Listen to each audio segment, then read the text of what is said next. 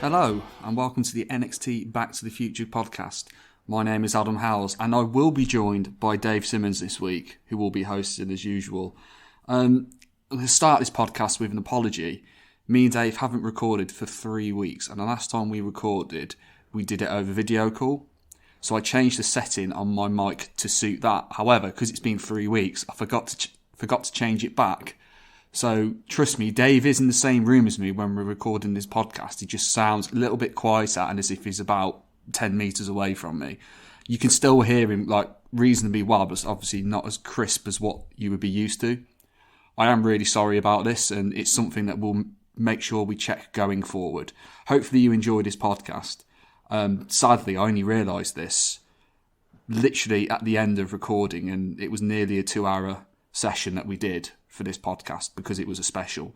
So again, my apologies, and I hope you enjoy this week's pod. Ahoy sailors, and welcome back to the NXT Back to the Future podcast. 1 year anniversary episode. We are not on a straight journey through NXT. We've veered off the track to head all the way back to 1996 to look at the winner of our, I suppose you can call it a bit of a lottery, pot choice lock. I believe this was won by Mr. Chris Bellis, so congratulations, Chris. We're looking at one of Chris's favourite pay-per-views of all time, WCW Bash at the Beach. No, Great American Bash. I keep calling it bloody Bash. Yeah, why do you keep calling it that? Honestly, I will call it Bash at the Beach. I think, do you know why? Because throughout this pay-per-view, they keep referring to the fact that the next pay-per-view is Bash at the Beach. So many bashes, that's the bloody problem. That's it. Great American Bash, Bash at the Beach. That's it, but there's two. And also, Bash at the Beach is one of the most famous pay-per-views of all time because it's where the NWO forms. So it's the next pay-per-view one from this one, isn't it? That's why I'm kind of just looking for that going forward. So yeah, ignore the fact that I am going to call this Bash at the Beach 500 times this episode. But we are looking at the Great American Bash. I was wrong. We're looking at the Great American Bash 1996. And my name is David Simmons, and I am joined, as ever, by a wonderful man who is more dangerous than the repertoire of wrestling moves in Scott Steiner's, list of moves. It'd be Mr. Adam Howells. How are you, mate? It's been a few weeks. We've had a bit of a break from recording. Off for Christmas. Yeah, like all good companies and bosses. I definitely did. I think because you've been working and I've been working as well, trying to get the overtime in to pay for this wedding. Hey, Adam's engaged now with a different man. Well, it was for a few weeks ago, wasn't it? So yeah, I say weeks, months. I don't know. We go months. I can't tell you. But you're a different man now. I know, that's it. Married. Responsibility now. Exactly. I mean, bearing in mind, we already had a mortgage, a house, a job, a dog. So, if you want to come to Adam's wedding, make sure you make headway now for your mates with him. You've got a couple of years till the invites go. That's it. You have to turn up to every single event, otherwise, cut. That's it. Cut, mate. Done. Out. Done. Just before we begin, if you enjoy this show or this episode or our show in general, if you could leave us a quick review, it would be really great. It would really help us, and we'd love to hear your thoughts and opinions on us talking wrestling, which is always good fun. But for now, we're going to move all the way back, Adam. It's June the 16th, 1996. At this point in time, I was 5 years old and 4 months and 6 days. Beautiful. How old were you? Presumably 1 year younger than that. Actually, let's call it 13 months younger than that. Okay, 13 and a half months, mate. They all matter. Right.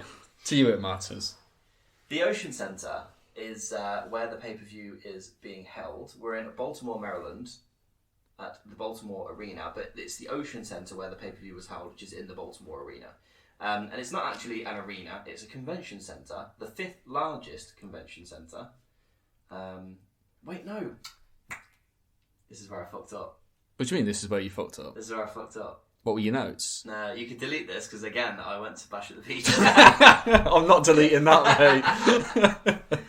I just love going to Bash at the Beach. I'm fucking Bash at the Beach obsessed. Day fucked up. I'm Bash at the Beach obsessed. You are. So forget everything you've just heard there. It's all wrong. That's all about the next pay-per-view. Well, listen, they do have the same attendance. But yeah, actually, we're in Baltimore, Maryland, at the Baltimore Arena. The attendance is 9,000 and it was broadcast live on the 16th of June 1996. Seemed like there was a lot more there than 9,000. Yeah, I suppose. I think it was more the the feel of it is when you see like a concert, you know, and you go, I don't know, what would be our closest place? Like the Birmingham Arena, and it feels like there's about 25,000 people in there, but it only holds about 10,000. It's one of those places, isn't it? I think it looks more... Is it because it's enclosed? It looks like there's fucking loads of people. It's quite built in, isn't it? Which actually is quite nice. It gives you that nice wall of sound, especially when you go to a concert or a show or something like that. Whereas, like, obviously, the Sky Dome, which is our sort of local, I don't know, it's not really an arena as such. Hockey arena. The Sky Dome is built weird. It doesn't... Especially when you go to like a wrestling show at the Sky Dome, it's not particularly built in a way that sort of holds the crowd in. I think it would if they set it out properly. Yeah. It's never set out properly because of the way it's a hockey rink. If they used like the stand and the bowl, they might be able to make it seem more full than it actually is, but the way they set it up is a bit piss poor. Yeah, absolutely. And the thing that always bothers me about this Coventry Sky Dome is if you can take all the ice off and put seats there, why not take all the ice off, fill it with custard? Bothers me. What, to skate on custard or to just walk on custard? I just think it would be quite cool. Just stick two women in there and have them box. We're living in Dave's mind right now. Look, all I'll say is, it worked for WWF in the mid-90s, and the world's not that different since the mid-90s. I don't know, fucking the women's division is regressing pretty, rapidly at the moment. Foxy boxing, mate. Foxy boxing at the Coventry Sky Dome. I'll tell you, that would sell more tickets than any hockey game. It probably would. Think of all the scumbags we've got in their local area. For fuck's sake. But yes, we're in the Baltimore Arena, Baltimore, Maryland, United States. A 0.48 buy rate, which actually equates to, do you know how many buys, roughly? No idea. It equates to 170,000 buys. I don't know if that's good or not. So this show got about 170,000 buys, apparently. To put it in perspective for you, this show drew better than last month's Slamboree 1996, which gathered 155,000. However, for the Great American Bash, obviously drew 170, and then moving on to the Bash at the Beach, that drew 250,000, although it was a big show in WCW's history. The rest of the year sort of averaged out around 200 to 225,000.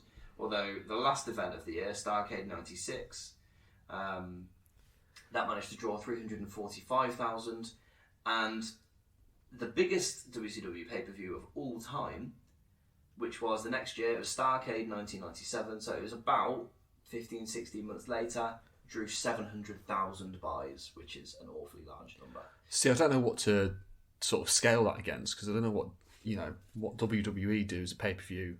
Or did at the time. I'd probably say a couple of years before the WWE network, they were probably doing average pay-per-views about 200,000, and they were doing sort of big 4 pay-per-views, outside WrestleMania, about 350,000 push, but then they started to regress, which is why the WWE network happened. Oh, okay, so they can consistently get money from people every month. The pay-per-view model was just dead. The problem is that you're charging $65 for pay-per-views, which is the genuine price. You're charging $65 for pay-per-view, or you can buy the WWE network for $10 and get everything, and you get more money. And it just doesn't make any sense. You save $55, and people still buy stuff on pay-per-view, which is maddening to me. But that might just be me. Different with wrestling than like boxing or anything else. Course, yeah. Boxing still is. Boxing can be over in one punch. That's a big issue with spending $60 for that. Same with UFC. But wrestling can be over in one spear. That is true. That is true. Well, the way Scott Steiner wrestles, it could be over at any moment. Oh. Depends when he breaks his opponent's neck. So on commentary, we're joined by Tony Schiavone, who now works for All Elite Wrestling, and we're also joined by the legendary former NXT General Manager, The American Dreams, baby. Oh, Dusty Rhodes, baby. I'm rusty. It's been a while. It's been a few weeks. Joined by Dusty Rhodes, and these two actually have really good chemistry throughout the show. It's quite funny. They are really good. They do bounce off each other quite nicely. I don't know whether you got this because they didn't mention it too many times. Right. Okay. But apparently, Dave, WCW is where the big boys play. Yes. Yes. This is incredibly famous. Do you know why? Why? Because Well, actually, we'll save it for later because I'm pretty sure he says it in the promo later. He says it every no, 2 no, minutes. No. I think he says it later in a promo. What does he? Kevin Nash. Oh, Kevin Nash. And we'll talk about it then. Okay. But to open the show, we have a little soldier that comes out, and apparently that is Sergeant Craig Pittman. Sergeant Craig Pittman used to be in the United States Marine Corps. However, he then moved into being a professional wrestler. He comes out for this to hold the flag of the United States. He's not on the show. He's not booked to wrestle, and he did leave WCW the next year. So 1997 is when he sort of upped and left. Just to be the flag bearer. He was just out here to be a flag bearer because he used to work in the Marine Corps. Fair enough. It's funny actually, because in 1995 he decided to take his hand, so just before this pay-per-view, at mixed martial arts. So he went 1-1 in mixed martial arts, became a professional wrestler. 1998 he had a shot at the NWA World's title and lost to Dan the Beast 7, just like everybody else did in the 90s. And then, now he's 62. But 2011 and 2012 he thought, I've not had enough of MMA, I'm going back. 62? So 53 years old, he rebooted his MMA career, he went 1-1 again, and he's got an overall record of 2-2, and then has retired, thank God, from MMA. Thank God. But yeah, pretty strange one. But he does hold the flag very cack-handed, which is a bit strange. I don't know if that's the official way to hold a national flag of a country, or obviously he was in the United States Marine Corps, so maybe that's the way that they hold it. But it's very strange. He holds one hand normally, just like holding it, and then the other hand upside down at the bottom. Yeah. I think that's how you're supposed to hold them. It might be. I think it is. When they sort of pan around when they're doing the national anthem, there's a lot of people who don't start singing until the camera's on them. They're like, oh shit, like I've got it, and they just start moving their mouths and faking so when it. you see the England football team, yeah, they're all sitting there all going, very, very quiet. It's because they're trying to remember the words, to be fair. They're just trying to remember the words. What was the pyro budget for this company? Because fuck me, there's a lot of it. As everyone gets pyro. Fucking massive pyro budget. The first thing I thought was, imagine going back to your hotel room and tossing yourself off holding like that. It'd be fucking strange, wouldn't it? It's something you would try. For fuck's sake. Feedback next episode. I'm sure. There's a brilliant bit with Dusty Rhodes just after that, though. He mentions his friend, Dick Murdoch, who passed away during that week. And we've already covered Dick Murdoch on this podcast. If I could remember the episode number, I probably would mention it at this point. I don't remember us covering it, but alright. No, we definitely mentioned him because he made reference to him in an early commentary. Oh, okay. He was his a former tag team partner of his. If I could remember any facts off the top of my head, I would, but sadly I can't. But it's definitely, we've definitely covered it. That's good. So they run down the card, and as you say, they do say rest in peace to Dick Murdoch. He said he'd love a night like this, and WCW is where the big boys play. That is one of about 6,000 mentions of this particular quote. I was going to count them, and then it became like the Charlotte Flair Woo count. You don't have enough fingers and toes to no, count that. Can I go up to 21? So, Fire... Very good. Fire and Ice are out first, and they are Scott Norton and Ice Train, who is Harold Hogue. Norton has a big, huge steroid belly. These are big motherfuckers. These are big men. These are big bastards. Speaking of steroids, Adam, here come the Steiner brothers, who are out to a big, huge pop. Rick walks right over a pyro thing on the floor and then kicks it over. But the pyro still works. The presentation is so different on this to the WWF at the time. Because obviously I've seen a lot of the WWF pay-per-views, but obviously, interesting fact, Adam, for you. This is the first time I've ever watched a WCW pay-per-view from beginning to end. Really? I've never seen a full WCW. I'm surprised because you've definitely seen... Well, you've definitely watched ECW pay-per-views. I've watched... For some reason, it's just a company that I've never had any interest in whatsoever. Is it just because of the personnel involved? It's just not... Mainly because it's got Hulk Hogan in. Yeah. And there's a few others that I can probably... Mate, honestly, I don't know why. I never watched it as a child because it was never on here. It used to be on like Channel 5, and they used to have like Thunder on, And I watched a few episodes of Thunder. That's obviously not a pay-per-view. It's just like a weekly TV show. Was that like one? Yeah. TV show. Is that a bit like AEW Dark? It was like their Rampage. Oh, was it Rampage? Sorry. You've got Dynamite, which is their big weekly show, and then Rampage is on the Friday. But it was like that. I think that was introduced to take it to SmackDown and failed miserably. Yeah, I imagine it would have, to be honest. But it was just one of those things I've never watched. I think it was so hard, and by the time I actually had access to watching it, there was no point, and you hear terrible stories of it. Especially from 2000 onwards, you hear awful things about it. So I kind of just thought, yeah, what's the point? Would have been a good premise for a podcast, wouldn't it? Oh yeah. I think the problem is it's such a period of history where there's a lot of different podcasts. Yeah, that go at it for sure. Like for us, it's just like a nice venture off. We can go back to doing what we both enjoy watching, which is NXT. Wow, it's not hold your horses. Do you mean hold our horses? But yeah, I'm saying we enjoy watching NXT, mate. Kind of, yeah. No, maybe not so much anymore on second viewing. More. But yeah, you're right. Chris has recommended this to us, and Chris loves this pay-per-view, and obviously you're going to hear what we think about it going forward. But the one thing I will say, Scott Steiner has a tremendous mullet. It's incredible, really. It's a thing of beauty. It's an amazing mullet. There's a lot of mullets in this pay-per-view. There is. The mullet count is ridiculous. It's weird, because it's like 1996, and on its way to 1997, the mullet was dead. Was it dead? I mean, it was gone in about 94. If you had a mullet in 93, 94, you were a bit of a loser. I'd see haircuts I'm just not au fait with, in knowing... You don't have to be haircuts, Adam. It could be 1994 pay-per-views, but, you know... This is just not okay to have a mullet at this point in time.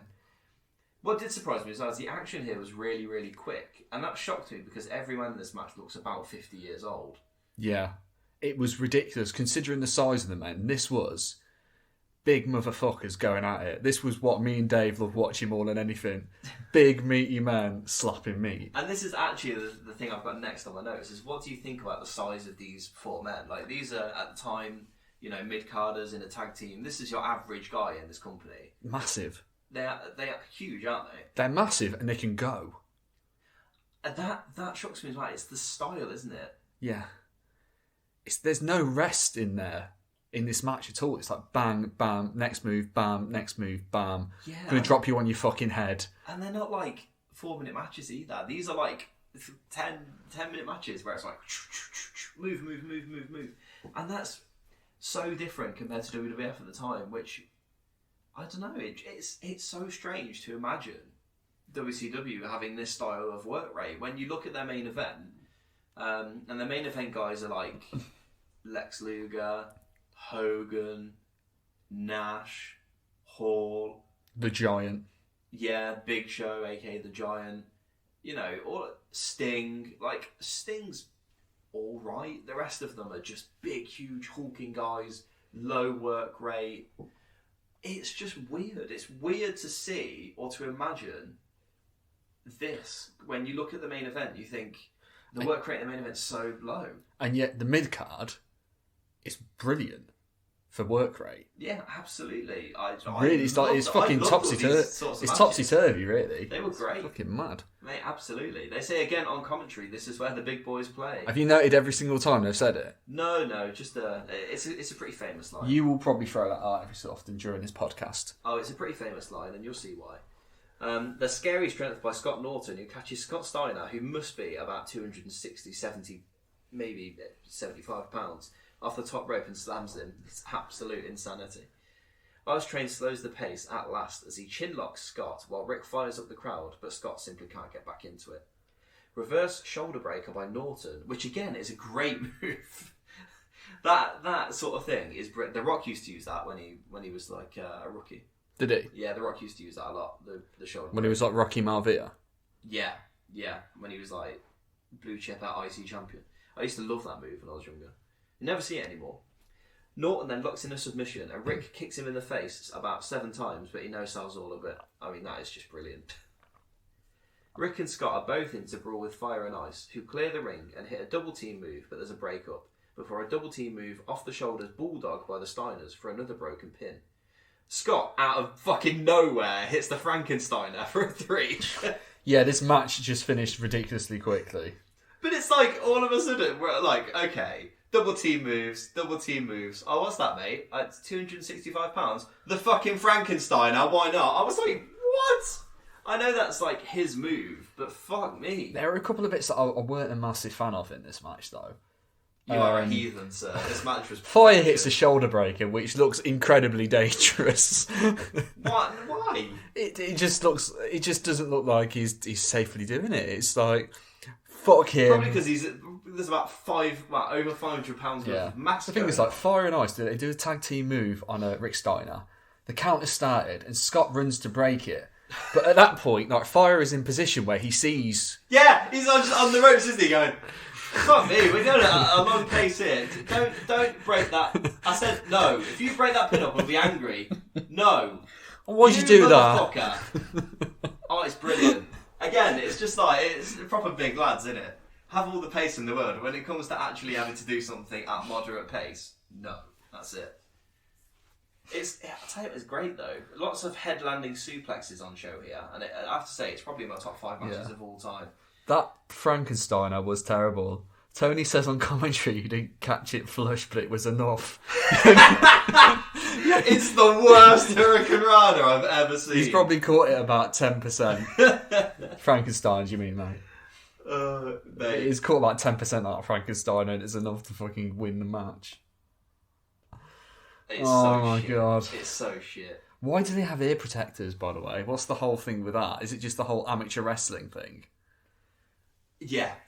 They were both like college wrestlers. Okay. So it's to show that, you know, they're at college, and it's that sort of collegiate style, you know, Olympic style Greco-Roman. It's sort of like pointing to the audience that this is the style they're going to wrestle before they've even done it. Then. Yeah. So they do come in as well. They like varsity, sing. Yeah. They do come in varsity jackets as well. And singlets, which again is very... You'll notice a lot of similarities between this sort of era Steiners and Bron Breakker that we've got currently at the moment. Yeah. Obviously the same very colourful singlet. Of course, in his championship match against Ciampa, the first one, he used the Frankensteiner in a tribute to Scott. You'll also notice that Rick also does a lot of the barking. What is that? That's Rick's gimmick. Is that why he pats... Yes, that's why Scott pats him on the head. Yeah. Because he's referred to as the dog-faced gremlin. Okay.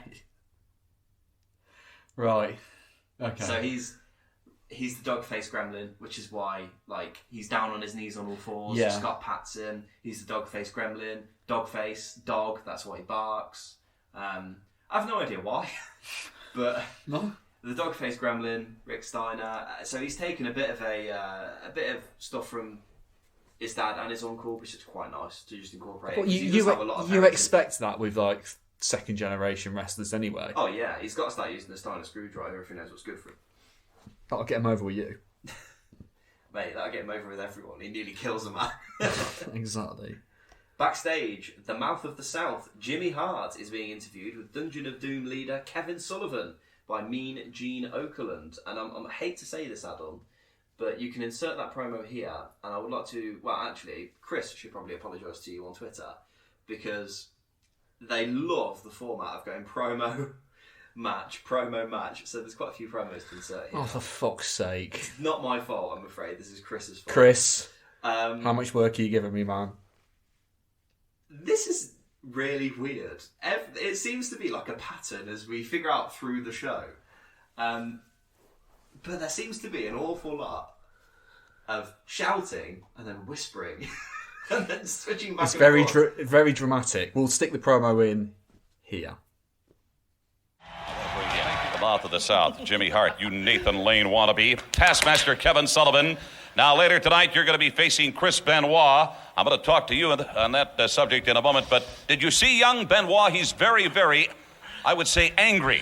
You know, Taskmaster, tonight's the night. We have the WCW Heavyweight Champion of the World in the Dungeon of Doom. You're taking on Chris Benoit. We don't need the Four Horsemen. We don't need anything or anybody. Oh, wait a minute now. Falls are going to count anywhere, as I understand it. Is that correct, Sullivan? Falls count anywhere in the building, but this isn't it. Anywhere. Jimmy, this is not between the Dungeon and the Horsemen. This is between myself, Ric Flair and Arn Anderson. You see, I got rid of the last Horseman and showed him that Pillman was a quitter.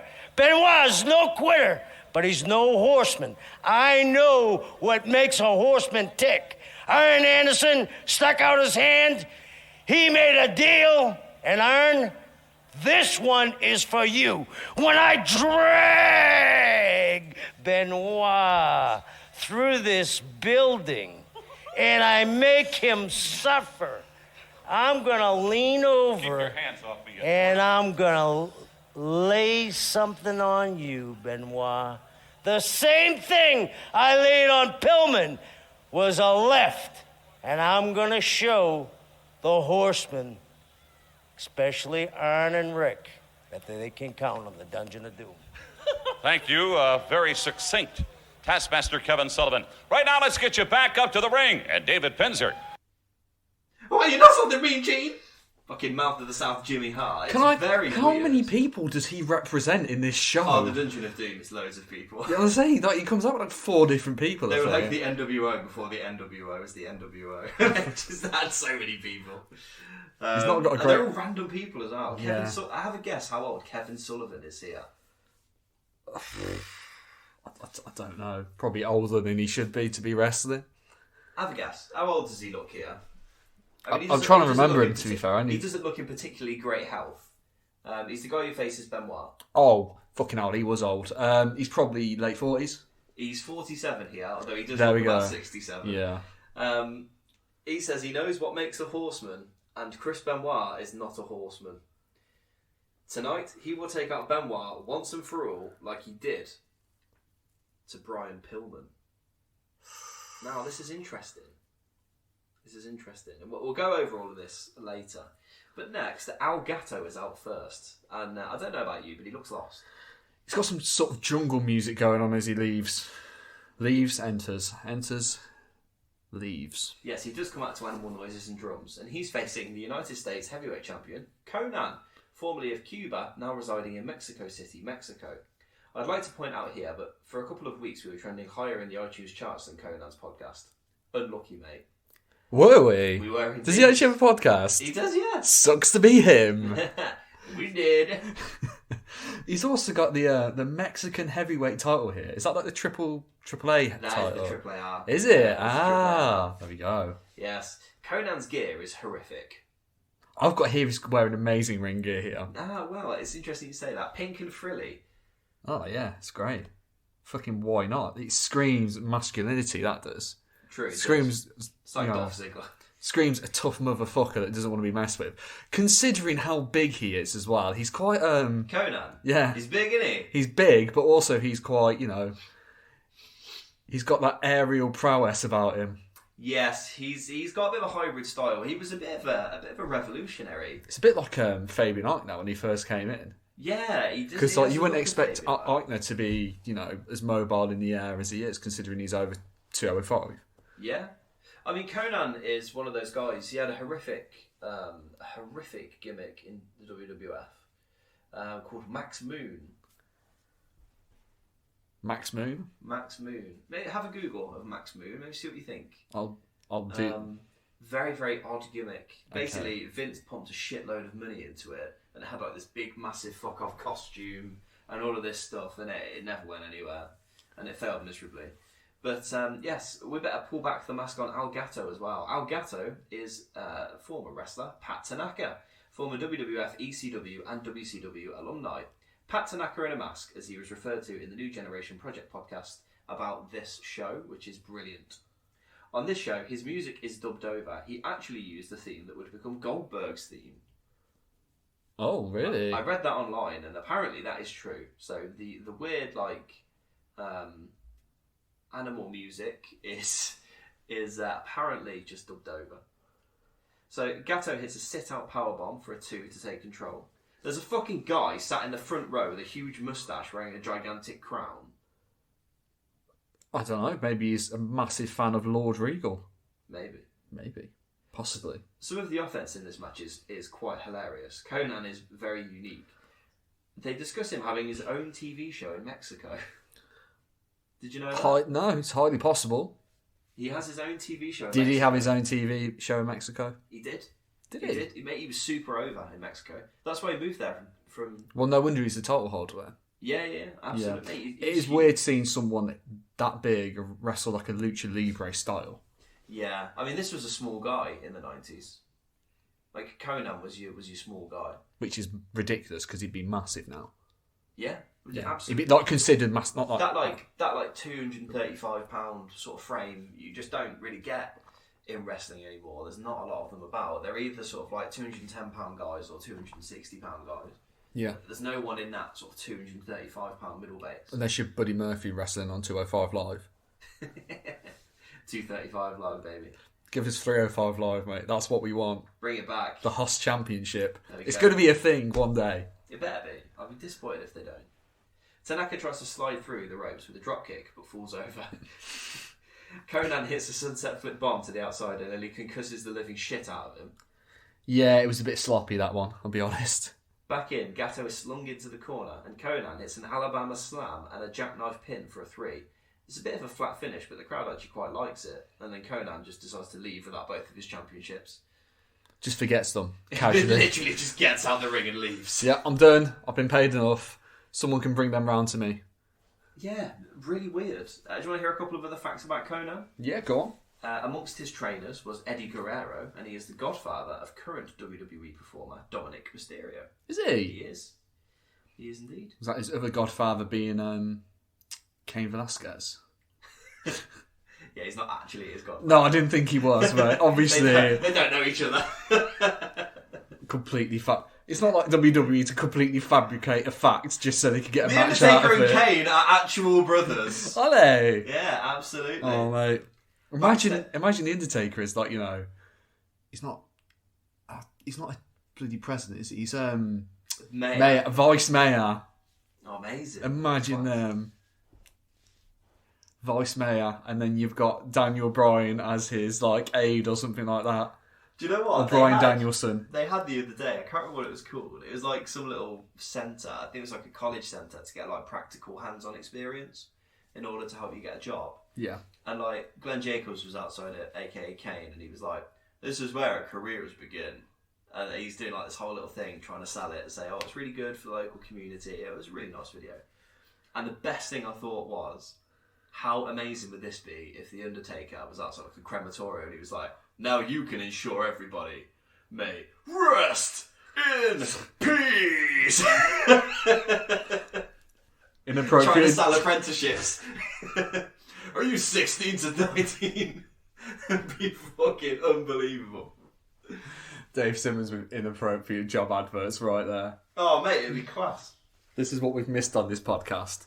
Oh, of course. Speaking of absolute class, Sting is backstage with Mean Gene Okerlund.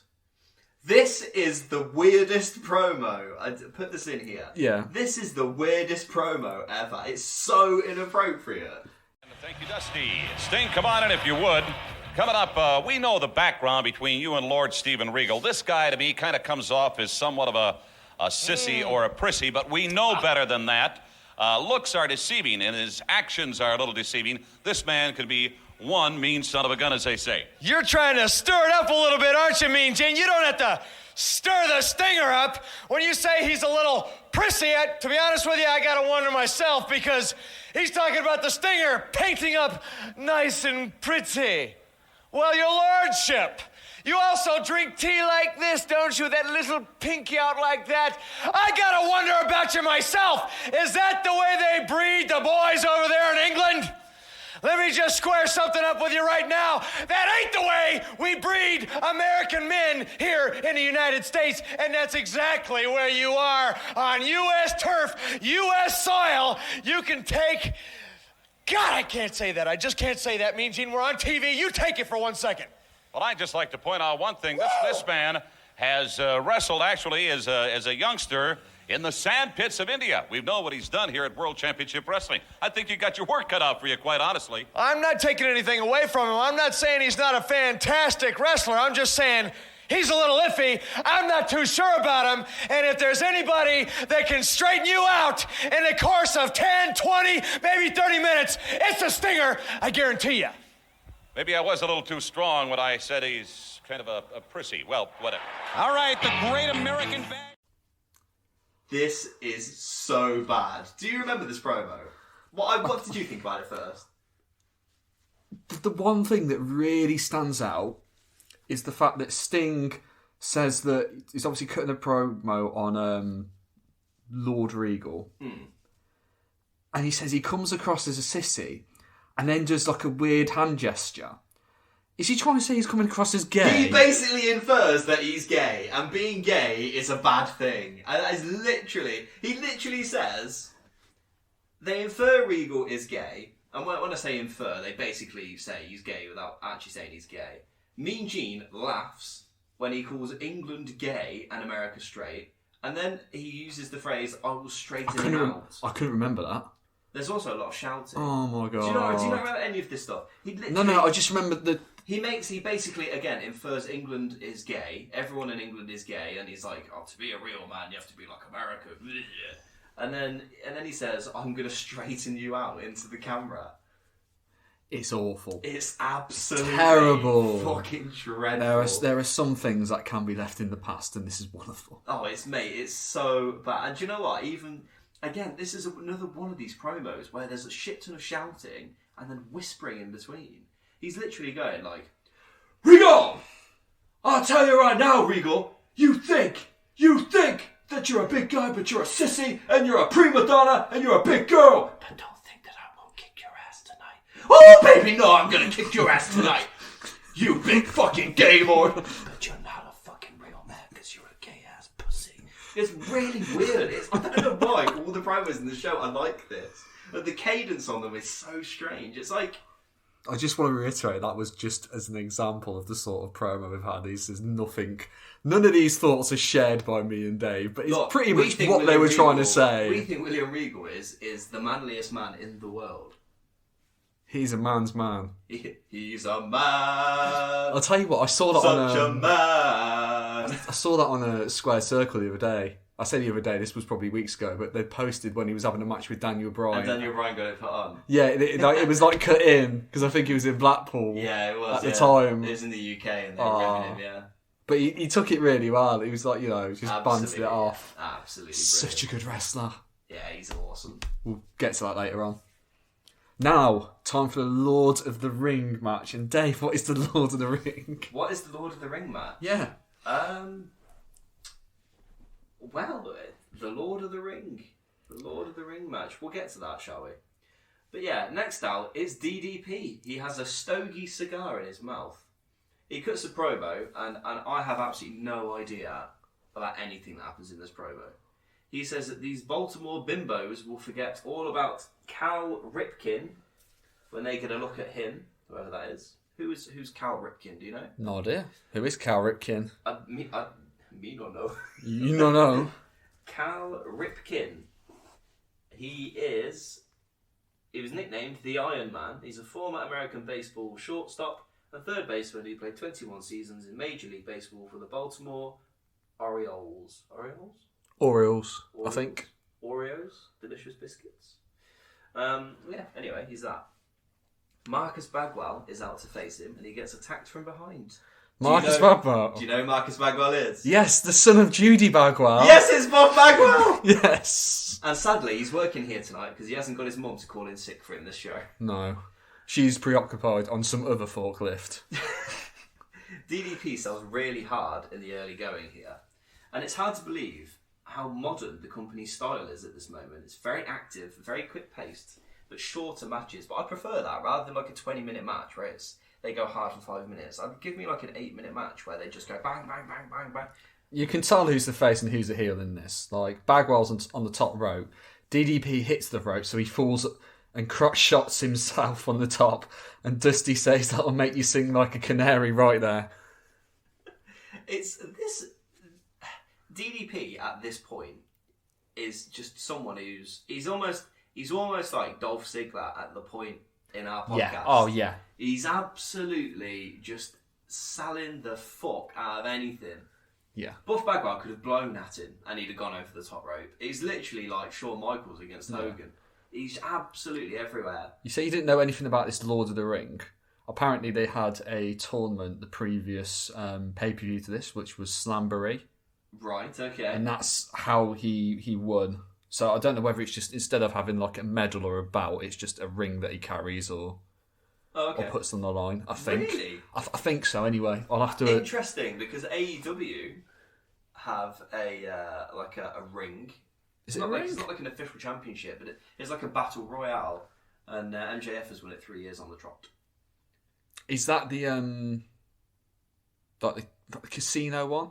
Yes. No, it's not. No, it's not. No. I can't remember what it's called, but it's like a stupid ring. And ironically, again, this is Cody though. This is like Cody's style that he likes. Because when Cody was Ring of Honor champion, he turned the Ring of Honor. He had like a Ring of Honor like ring made, and it was called the Ring of Honor, and he would make like people kiss it after he fucking beat them. Whilst he was Ring of Honor champion, it would be like, I'm the Ring of Honor champion, I have the Ring of Honor, and he would walk around with this fucking ring. Can we just briefly veer off topic and just talk AEW a second? There's something that I want to get off my chest. Sure. Right, because it's been 3 weeks and we've obviously not been able to talk anything. They had the world title match a few weeks ago. Hangman Page versus Bryan Danielson. Yeah. And it was given 5 stars by Meltzer. Okay. It was an hour time limit draw. I have no problems with that. I do. I think it's bollocks. I have no problems with people. Both. I didn't watch it. I wouldn't watch it on that basis. Well, the problem because it's an hour. You wouldn't. Watch Why it. would you fucking be happy with that? Because they've just done it just so they can have another match. And this is the thing that pisses me off, because WWE do the same thing. Well, So, they like, don't. well, okay, they don't have hour time limit draws, but they do the same I thing. I do and get it's that, just yeah. like, I do just get fuck that. off. It's like they don't want either of them to lose, so we're going to have like this time limit draw. Yeah, but if you're going to tell the story properly, then I do understand it. What I don't understand is why you would make a T-shirt saying Jim Ross kicked cancer's ass, and then not give any of the proceeds to the cancer charity. And Have they not? No, That's shit. I don't think so. I just think it's disrespectful. I think on the basis as that someone whose mum died of exactly cancer, that's the biggest thing I have an I issue can- with. I 100% think it's disrespectful. 100% think it's disrespectful. Yeah, there will be plenty of people buying those shirts though. And Which do do you know what? You Also- you can spend your money on what you want, like you know. Also, just don't plaster the word fucking cancer on it. Yeah, I don't want to buy a fucking T-shirt with cancer on it. I think it's nice if it would have been nice if they just had like a little mention for him at like the start of the broadcast and Or said, if they "Look, had a we're glad to t-shirt that welcome said- him back after he's been Yeah. able to get through his chemotherapy and that and It's crack on." radiotherapy. Yeah, Or have like a T-shirt that says like Jim Ross, or like Jim Ross is a fighter or something like that. Not Jim Ross kick cancer's ass. do you know what's going to be even worse? Fucking nonsense. And I'm just going to say it. If it eventually comes back, because let's be honest, cancer, Yeah, exactly. 9 times out of 10, once you get it and you fight it off, it will come back at some point. Exactly, and it again, as you said to me the other day, it feels a bit like tempting fate, and it's not the sort of thing you should tempt fate over. It's just not. I didn't think it was good at all. I just think it was poorly thought over and just ridiculous. But that might just be If or they, you and I. no, I think if they'd said the proceeds from this T-shirt are going to go towards like some sort of cancer awareness charity in the United States, Fine. then I don't have an issue with Fair it. enough. But it's being done for profit. That's the issue. I mean, they might. I haven't heard they have. Okay. And that's what people were moaning at the other day. One of the things. But it's like when WWE. Quite happily correct us if we're wrong. Yeah, Because of if we're course, wrong, yeah. we'll quite happily put our hands up and say, do you know what, we were say, wrong. But as far as I'm aware, that's not the case. And also, it's like if Reigns came back and they were like, Roman Reigns, cancer's ass kicker, and made a fucking shirt, Yes. it would be embarrassing. It would be, and I would say the exact same thing for any company. The thing is, like the way WWE would portray that is they'd make him come out and do a promo and said, "I'm the head of the table, the cancer beating table." Yeah, They do something like that. Some shite, wouldn't they? Anyway, 1 hour time limit draws, not my thing. I'm not interested in. I just don't see the necessity for it. Because if you want a match that's going to be for a title match, you're looking at to have a decent intensity in it from both participants, you want probably the 35 to 40 minute mark. If it's going to be for your main title, I think that's about right. I mean, I get it. I mean, the Punk Joe matches had two. They had 2 1-hour time limit draws. 2 1-hour time limit draws, and the second match was like 23 minutes. Third match was like 23 minutes. But yeah, there we go. But back onto DDP versus Marcus Bagwell. Now, Bagwell actually sells for DDP really nicely. They sell for each other really nicely in this match. Dallas shows some good strength for a nice backbreaker and a sidewalk slam. Did you know DDP always dreamt of being a wrestler, and he started training to become a wrestler at the age of... He was really old when he started. Well, I say really old. He was a lot older than what most people... How old was he? He was in his 30s, wasn't he? He was 35 when he started training and became a world champion. Fair play to him. There's still time for me. Still time for you. Still time for me. Bagwell counters out of a submission now as DDP retains control. There's a guy with a t-shirt on that has like a suit on it on the front row. It's like a t-shirt with like a tuxedo. That's weird. The 90s fashion is out in great force this evening in this pay-per-view. Shirt suits and suit shirts. Mate, a piano tie would have been fantastic. Oh, mate. He's got one of those. Bagwell moves as DDP goes for a kick and misses and goes flying into the air. Funny. He then sells for some atomic drops comedically. This is what they wish Adam Rose was. This is what I thought when I watched this. Yeah, he's 100%. So compared to Adam Rose, he's so entertaining. He's got so. The thing is, like, I don't think. So I think like Adam Rose could have got away with it if he was as good a wrestler as DDP. Yeah, and wrestled in that style, but because he then went on to use the same 3 moves that he's used for the last 2.5 years being on NXT. Yeah, that was his downfall. Yeah, and actually, DDP in this match, I think is really, really funny, really good comedically. Diving clothesline over the ropes by Bagwell as good resilience by DDP to kick out. Bagwell works over him for the longest match we have seen so far, and apparently this is for the Lord of the Ring title. Bagwell hits a nice head scissors before DDP counters to hit the diamond cutter from nowhere. They are at the stage where they're trying gently to simmer this over. Yeah, you can tell. It's a bit of a sort of, keep him going just as he is. Oh no, this is where they try to get the move over. The diamond cutter becomes the 90s version of the RKO out of nowhere. It's huge.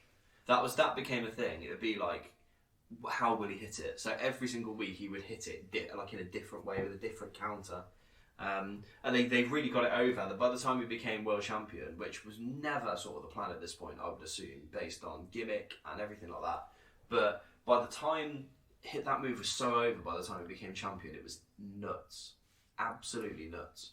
That's what you want from a finishing move, though. Yeah. It's perfect. Never got kicked out of, I don't think. It could be hit from anywhere, on anyone. Do you know what I read the other day? Go on.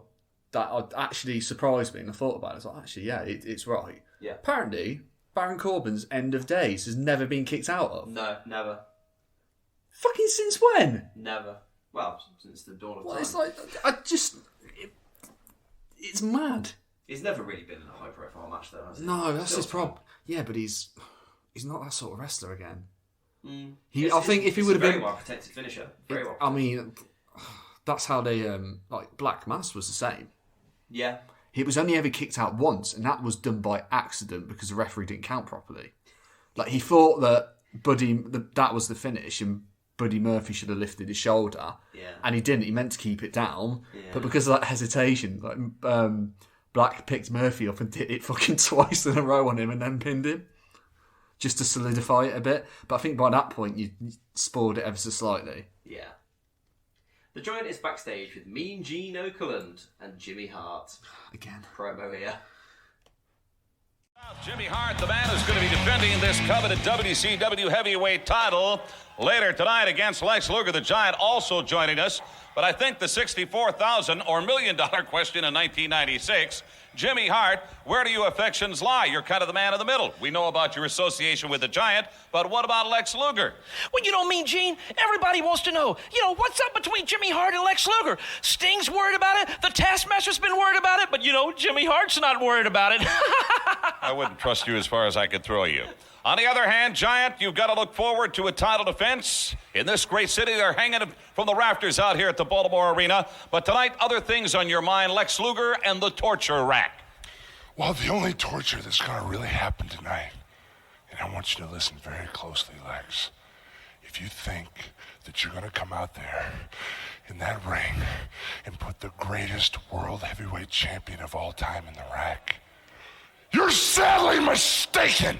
I am the Giant, the one true immortal. The man has beaten Hulk Hogan, beaten Randy Savage, beaten Sting, your buddy, thrown you through a table, done everything and anything and wherever I wanted to do it. The rack is a pure fantasy for you. You want reality? You want torture? The choke slam is all that you're going to know. You know, Giant, I want to point out for the record, that may be Mr. Luger's incentive. He vividly recalls your choke slamming him down through that table. One of the most despicable things I've ever seen happen. Well, it's a good thing that underneath all those muscles, Lex actually has a brain. But it's not a very big one, because obviously he's in the ring with me. Lex, you should have lifted a few more weights before you decided to step in the ring with me. All right, the Giant title defense tonight here at the Great American Bash. Ladies and gentlemen, it is an extraordinary evening. Right now, let's get you back up to the ring. And the bondsman. The Giant whispers. Then screams! There's lots of screaming and whispering, and then screaming. Adam, can you do a WCW promo for us? Why don't you cut one on me? Mate, I can't. Why don't you cut one on me? Cut a promo on you? Cut a WCW promo on me. I wish you'd prepared me for this. Well, that's the whole point. This is the whole point. I'm just cut a promo. More entertaining if it's not prepared. This is why I couldn't be a wrestler. Look, Dave, you think your Arsenal are going to get into the top 4? You're fucking wrong, you bastard. They're fucking shit. Arteta, he's just a poor man. That's Eddie Howe. Whisper. Just a poor man's Eddie Howe. Hasn't got the tactical nous, and he hasn't got. Do you know what he's not got? Whisper. What he's not got. He's missing the money, baby. Give him the oil money, mate. You'll be fucking rolling in it. You'll be, winning the league every year. Until then, he's just a poor man's Eddie Howe. Do you know what? WCW Pro, that was a 1 out of 10. I'm not going to even pretend it was any good. Speaking of things that are definitely good, Rey Mysterio Jr.'s debuting. This yes. is fucking like it. I mean, this is what I imagine why it's a favourite pay-per-view. Impact Wrestling legend Mike Tenay joins the commentary booth. And Rey Mysterio Jr. facing the current WCW Cruiserweight Champion, the man of 1,000 holds, Dean Malenko. And I don't know if you noticed this or not, but he does have amazing Legend of Zelda dungeon music. Did not notice that at all. Oh my god, it was the greatest music of all time. Before we carry on with this, can we just go back to the Giant? Because apparently at this point he'd beaten Hulk Hogan, Randy Savage and Sting. That's quite impressive. That's a brilliant list of people to have beaten. That's quite impressive. It is really impressive. That is rather good, isn't it? But yeah, the man of 1,000 holds, Dean Malenko. Oliver Gray told us himself that he is one of his favourite wrestlers. And he is not, I mean, absolute legend. Absolute leg end. Today's good. I'd say he's now one person I end up trying, if I'm bored and I'm looking for people to watch.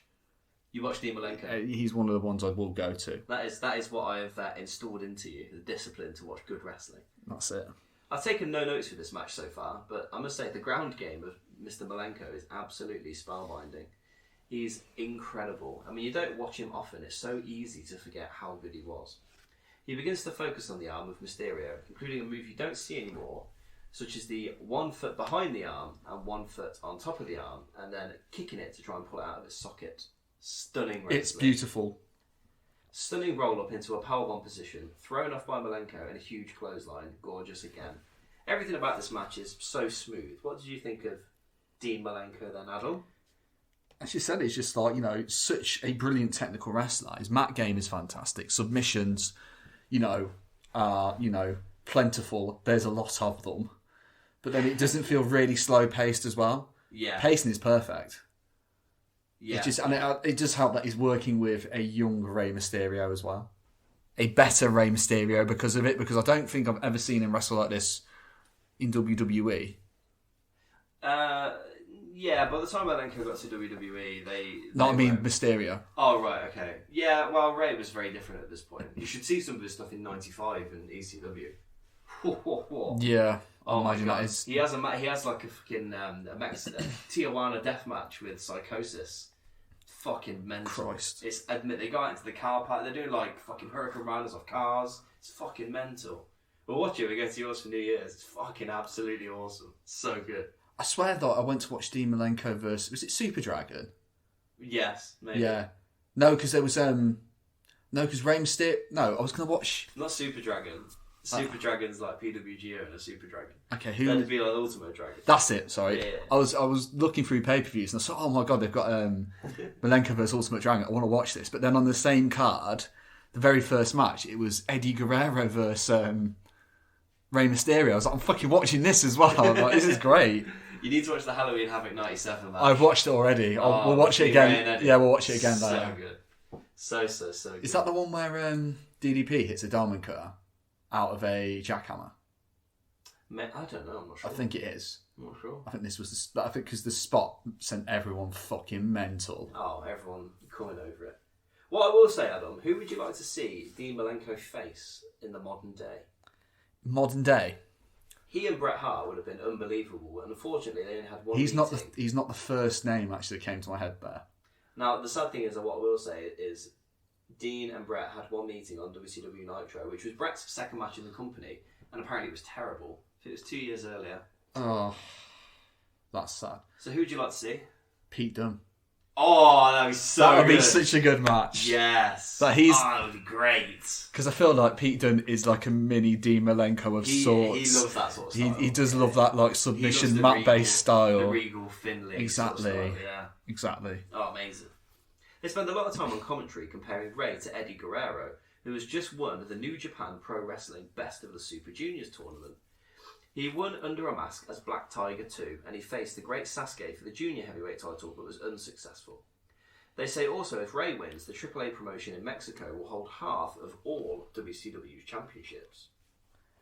It's an interesting fact. That is mad. They tell a nice story on commentary as Malenko cannot put Mysterio away, and they refer to Malenko's Iceman persona for his lack of emotion, but they do say the look on his face as he has Ray in a submission, which shows lots of fight and struggle. Great attention to detail, because it shows, well, it gets Mysterio over straight away, because normally Malenko is very, very cold. There's nothing on his face to suggest any emotion. But here, he's struggling against Mysterio. He wants to put him away, and he can't put him away. And immediately, that gets Malenko over as someone who has that second gear, can be really aggressive. But it also gets Ray over as someone who is really, really, full of heart. He's a tough opponent to put down. And even though he's a small guy, I loved that attention to detail. It's brilliant, brilliant commentary.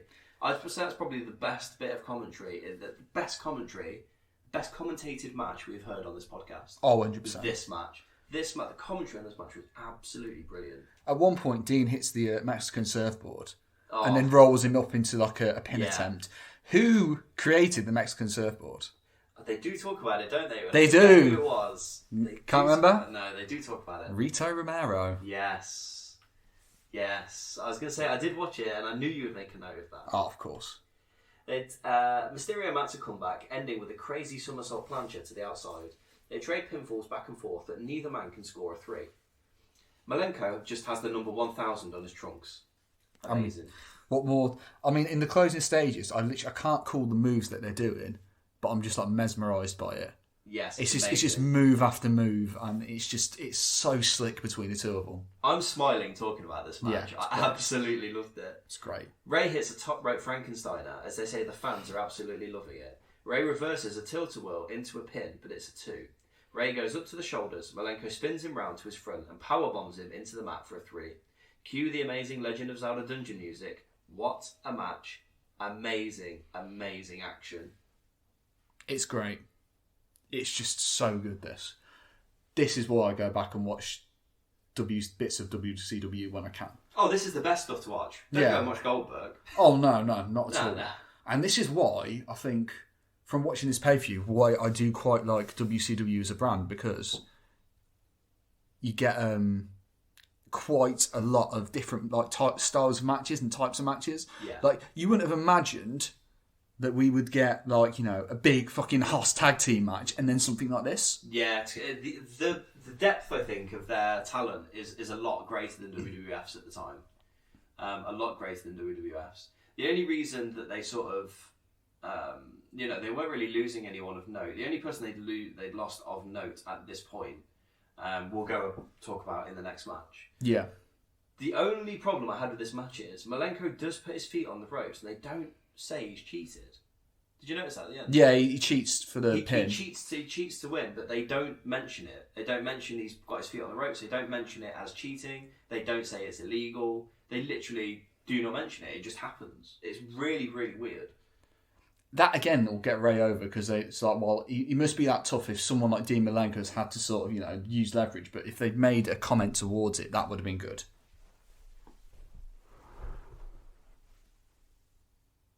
And next, we've got a promo with double champion Lex Luger. Speaking of WCW heavyweight champions, he has his eye on the man who stands 7'4", 470 some odd pounds tonight. It's you and the Giant for all of the marbles. You know, Gene, I'll be honest with you. WCW requests this interview out of respect to them and respect to you. I'm here physically, but mentally, Gene, my mind's a million miles away. You're in the ring. It's on the ring, and it's on the Giant. I'm not going to stand here and shout and scream and tell you what I'm going to do to the Giant when I get to that ring, because I will say this. The Giant has changed the face of World Championship Wrestling forever. A force, a man of his size and strength, a man with that finishing maneuver, has never, ever been in this great sport of ours. A sport I'm proud to be in, a sport I've had the great fortune to be a world champion here in World Championship Wrestling, to be a 4-time U.S. heavyweight champion, and to be currently the World Television Champion and currently the World Tag Team Champion. I take great pride in that, a lot of pride. Giant, I am going to say one thing to you. You think you're invincible. That could be what works in my favor, because when a man thinks he's invincible, that's when he makes mistakes, because you're a human being, Giant. You're going to make mistakes, and Gene, I plan on capitalizing on each and every one of them. I've got a belt around my waist. I've got a belt on this shoulder. When I leave that ring, God be willing, I want a belt on this shoulder. I'm going to have a belt after all of this is over with. Right now, let's get you back up to the ring. Ladies and gentlemen. The first thing that Luger says in this promo is that he's not going to scream and shout. Does he understand how to cut a promo in this company? And then proceeds to scream and shout a little bit. Just a little bit of screaming. Just a little bit, not as much as the previous one. There's a bit at the end where he says, God willing, I'll win. And I really wish, just to completely go left field with this promo, he'd have just gone, Inshallah, which would have been amazing. Yeah. Just to completely sway the field. Yeah, oh yeah, definitely. It needed something, didn't it? Why has he got 2 titles? What titles are they?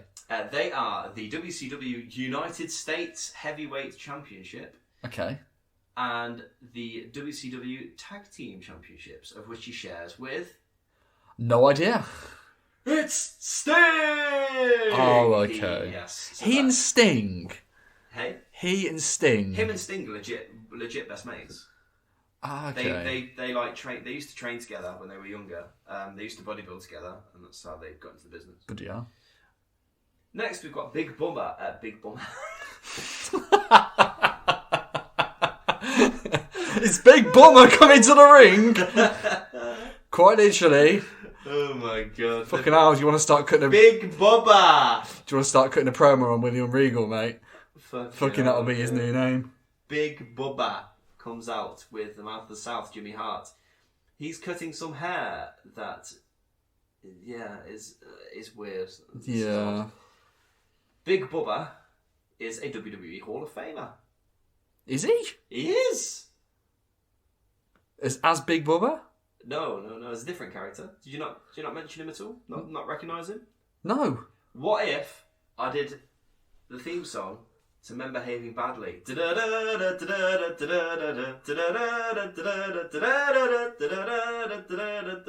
Still at night. He was christened this by the Attitude Era podcast, one of our favourite podcasts. It's only Big Boss Man behaving badly. Oh, you're fucking joking. It's the Big Boss Man. Oh my god, I should have recognised that crucified face. If you... Was this before or after the crucifixion? This was before. Oh, okay. If you go down to Cobb County, Georgia, you better watch out. You better respect the law and order. It's the fucking Big Boss Man, mate. Oh. The Big Boss Man. Big Boss Man! Yes! The Big Boss Man! Amazing. Okay, Amazing. you had to do it better than me, didn't you? He's facing John Tenter, otherwise known as Earthquake in the WWF. So the story is John Tenter's had his head shaved, hence the very strange hair entrance. Tenter is immediately on the offense as he smashes Bubba off the top rope for a nasty spill and then a huge throw into the steel steps. At ringside, Hart is screaming at Bubba comedically as he uses an illegal object and hands it away to Hart to hide. Something like this. Hey yo, Bubba man! Yeah, you gotta do it, Bubba! Hey Bubba! Pass it me, Bubba! Bubba, Bubba, Bubba! That's kind of what Jimmy Hart sounds like. Yeah. In a nutshell. He's quite annoying. What did you think of this match overall? I fucking hated it. It is shit, do you know wasn't it? what? I don't even want to talk about it. No. We started talking about it and I felt like I was watching it all over again. It's just a bit shit. I'm not sure if you'd agree though, but watching this, Bubba is quite influential in his earlier work especially, but being such a big man, his size is underrated, and I don't know if you saw this or not, you've already mentioned this person, but you see an awful lot of Baron Corbin in his style. Corbin has actually labelled the Boss Man as an influence on him, and he has taken a few of his moves. Okay. The sidewalk slam, the deep six, that is a big Boss Man move. And also, the Boss Man made this really famous, also in the 80s WWF, and when in Japan, he used to do it quite a lot. But when he used to get Irish whipped into the corner, and he used to go under the corner, come back in, and hit the lariat. Okay. That was the Big Boss Man as well. Oh, okay. Big Boss Man invented that. I did not know that. So yeah, actually, you see, his style is actually very, very close to Corbin's. Corbin has definitely taken a big slice of influence from him, and as Baron Corbin is going to come into this podcast in the Lone Wolf gimmick within the next few episodes, it's nice to actually go back and see, John Tenter, Big Bubba, Big Boss Man in this sort of scenario, because it's going to be really nice to compare him going forward. Yeah. Because Corbin is so green, but he does improve, and it's kind of seeing those things that he takes. It's difficult to it will be difficult to compare because this match was wank. This was probably the worst match on the card. Oh yeah, by a country mile. Wasn't good. I mean, we'll get to it when we get to it, but yeah, yeah, this was awful. They talk about the Dungeon of Doom. Yes. So what's the Dungeon of Doom? What's the Dungeon of Doom? I'm gonna have to ask. What's the best way I can describe They've it? made reference to it quite a lot. The Dungeon of Doom is basically just a stable in WCW. So it was a heel stable that existed from 1995 until 1997. They were billed as being from the Iron Gates of Fate, and it was created and born from the idea of Kevin Sullivan's storyline hatred of Hulk Hogan, and he was dedicated to ridding WCW of Hulkamania. The stable was a direct continuation of Sullivan's previous stable, the Three Faces of Fear, which had a similar goal. The actual goal was the opposite. Sullivan stated in 2016, "It was a means to an end. I knew Hogan was being booed. I knew when I saw the NWO it was the best chance of anybody had to turn Hogan, and I said, you've got to trust me, and he did. I agree with Satchel Paige. Don't look back, something may be gaining on you. You can't change the past. The end justified the means, and so that was the way that we worked."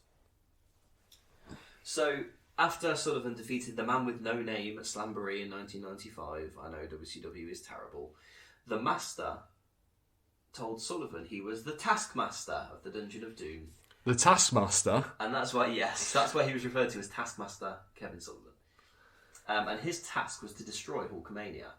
The group initially consisted of people with rather bizarre and horrifying gimmicks, such as the Shark, who had teamed with Sullivan before as Avalanche, Kamala, the Ugandan giant, the Zodiac, who had also teamed with Sullivan before as the Butcher, Meng, and Big Van Vader, who also sought to destroy Hulkamania and begin his Roadkill tour, which consisted of a series of squash matches that would lead to a destruction of Hulk Hogan. After Vader lost to Hogan, its master revealed that it was etched in stone that the Giant would destroy Hulkamania, thus leading to several encounters with the Giant, who claimed to be the son of Andre the Giant, and he was out for revenge on Hogan for defeating his father at WrestleMania 3. Are you joking? I swear to... The Big Show, the Giant, has claimed he was fucking Andre the Giant's son. Don't shoot the messenger. I swear to God this is true. What fucking madness is this? Do you want to hear this in more detail? Oh, God. Do I?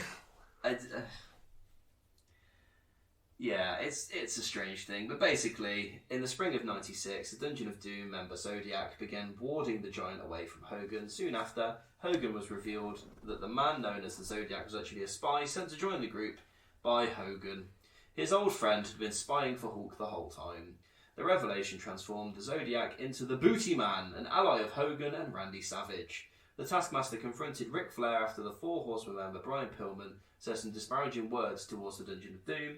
This led to altercations between the two factions until Flair forged the Alliance to end Hulkamania, which consisted of several Dungeon members as well as Flair and Anderson. At this point, the Alliance became the focal point, where the Dungeon of Doom itself became less prominent. Tensions began to brew between Hogan and Savage, who would challenge Flair for the world title, engaging a series of team matches against Flair and Dungeon of Doom members, some of which the Booty Man was a part of. The Dungeon of Doom expanded its roster by bringing in Z Gangster and the Ultimate Solution. The Ultimate Solution being named after, of course, the plan that the Nazis used to want to destroy all of the Jews. Oh, yes. No. Yes. Attempting to defeat Hogan and Savage once and for all. Oh, man, why? This company sounds worse than WWF. Oh, they have some truly dreadful ideas. I'm speechless, actually, at that. He can't go on. He's done. He's done. Yeah. It's something. Can we move on from this match? I don't want to talk about this match anymore. I'm done with this match. I'm done with Ultimate Solutions and bullshittery. Hold on a minute. We're nearly done. Tenta goes to cut Hart's hair after he wins the match. He wins via a power slam, but Hart's on the apron and he thinks that Bubba's won. Tenta goes to cut Hart's hair, but Bubba runs in and headbutts Hart after Tenta moves, and he cuts his beard off to exact some revenge. And when I say cuts, I mean he barely cuts it. Yeah, he's like hiding it with his hand, saying, "He cut my beard, I will have revenge." Yeah, and also the visual of like Teddy Hart like celebrating as his guy's getting pinned is pretty brilliant, because he just turns around and there's nothing else to see. Right, Adam, this is amazing. Put this promo in here. I must say that haircut has not improved one iota since we last talked to Big John Tenta. The Macho Man Randy Savage outside of this locker room, he is pacing up and down like a cat. He has been reinstated to World Championship Wrestling. We'll see him tomorrow night on Nitro. Joining me at this time, Deborah and Steve McMichael, Terry and Kevin Green. Tonight, these two gentlemen are going to be facing Arn Anderson and, of course, his partner, the Nature Boy Ric Flair, who has really stirred the pot. They're going to be coached tonight by none other than Bobby the Brain Heenan. Steve McMichael, very quickly, the game plan. We know about game plans. I don't care about a game plan, Gene. Baby, I don't care if the roof comes off this building. Flair, Anderson, we're coming to get you, baby. All right, Kevin Green. All I know, baby, is this like goal line, baby. It's short yardage. I'm coming hard. I'm coming heavy. We're not giving up an inch, baby. Watch out. We're coming hard. That's it, girl. All right, a couple of football greats, and here's the madman that really has been behind a lot of what's happened in recent weeks, the Macho Man Randy Savage. Bobby Heenan, scared to death by your presence. The smell of winning is in the air, and a little perfume, too. We're going to do a goal line stand, and then we're going to knock Nature Boy and the Enforcer into the end zone. These guys right here, Kevin Green and Steve McMichael, these guys are psyched to the max. Are you psyched to the max?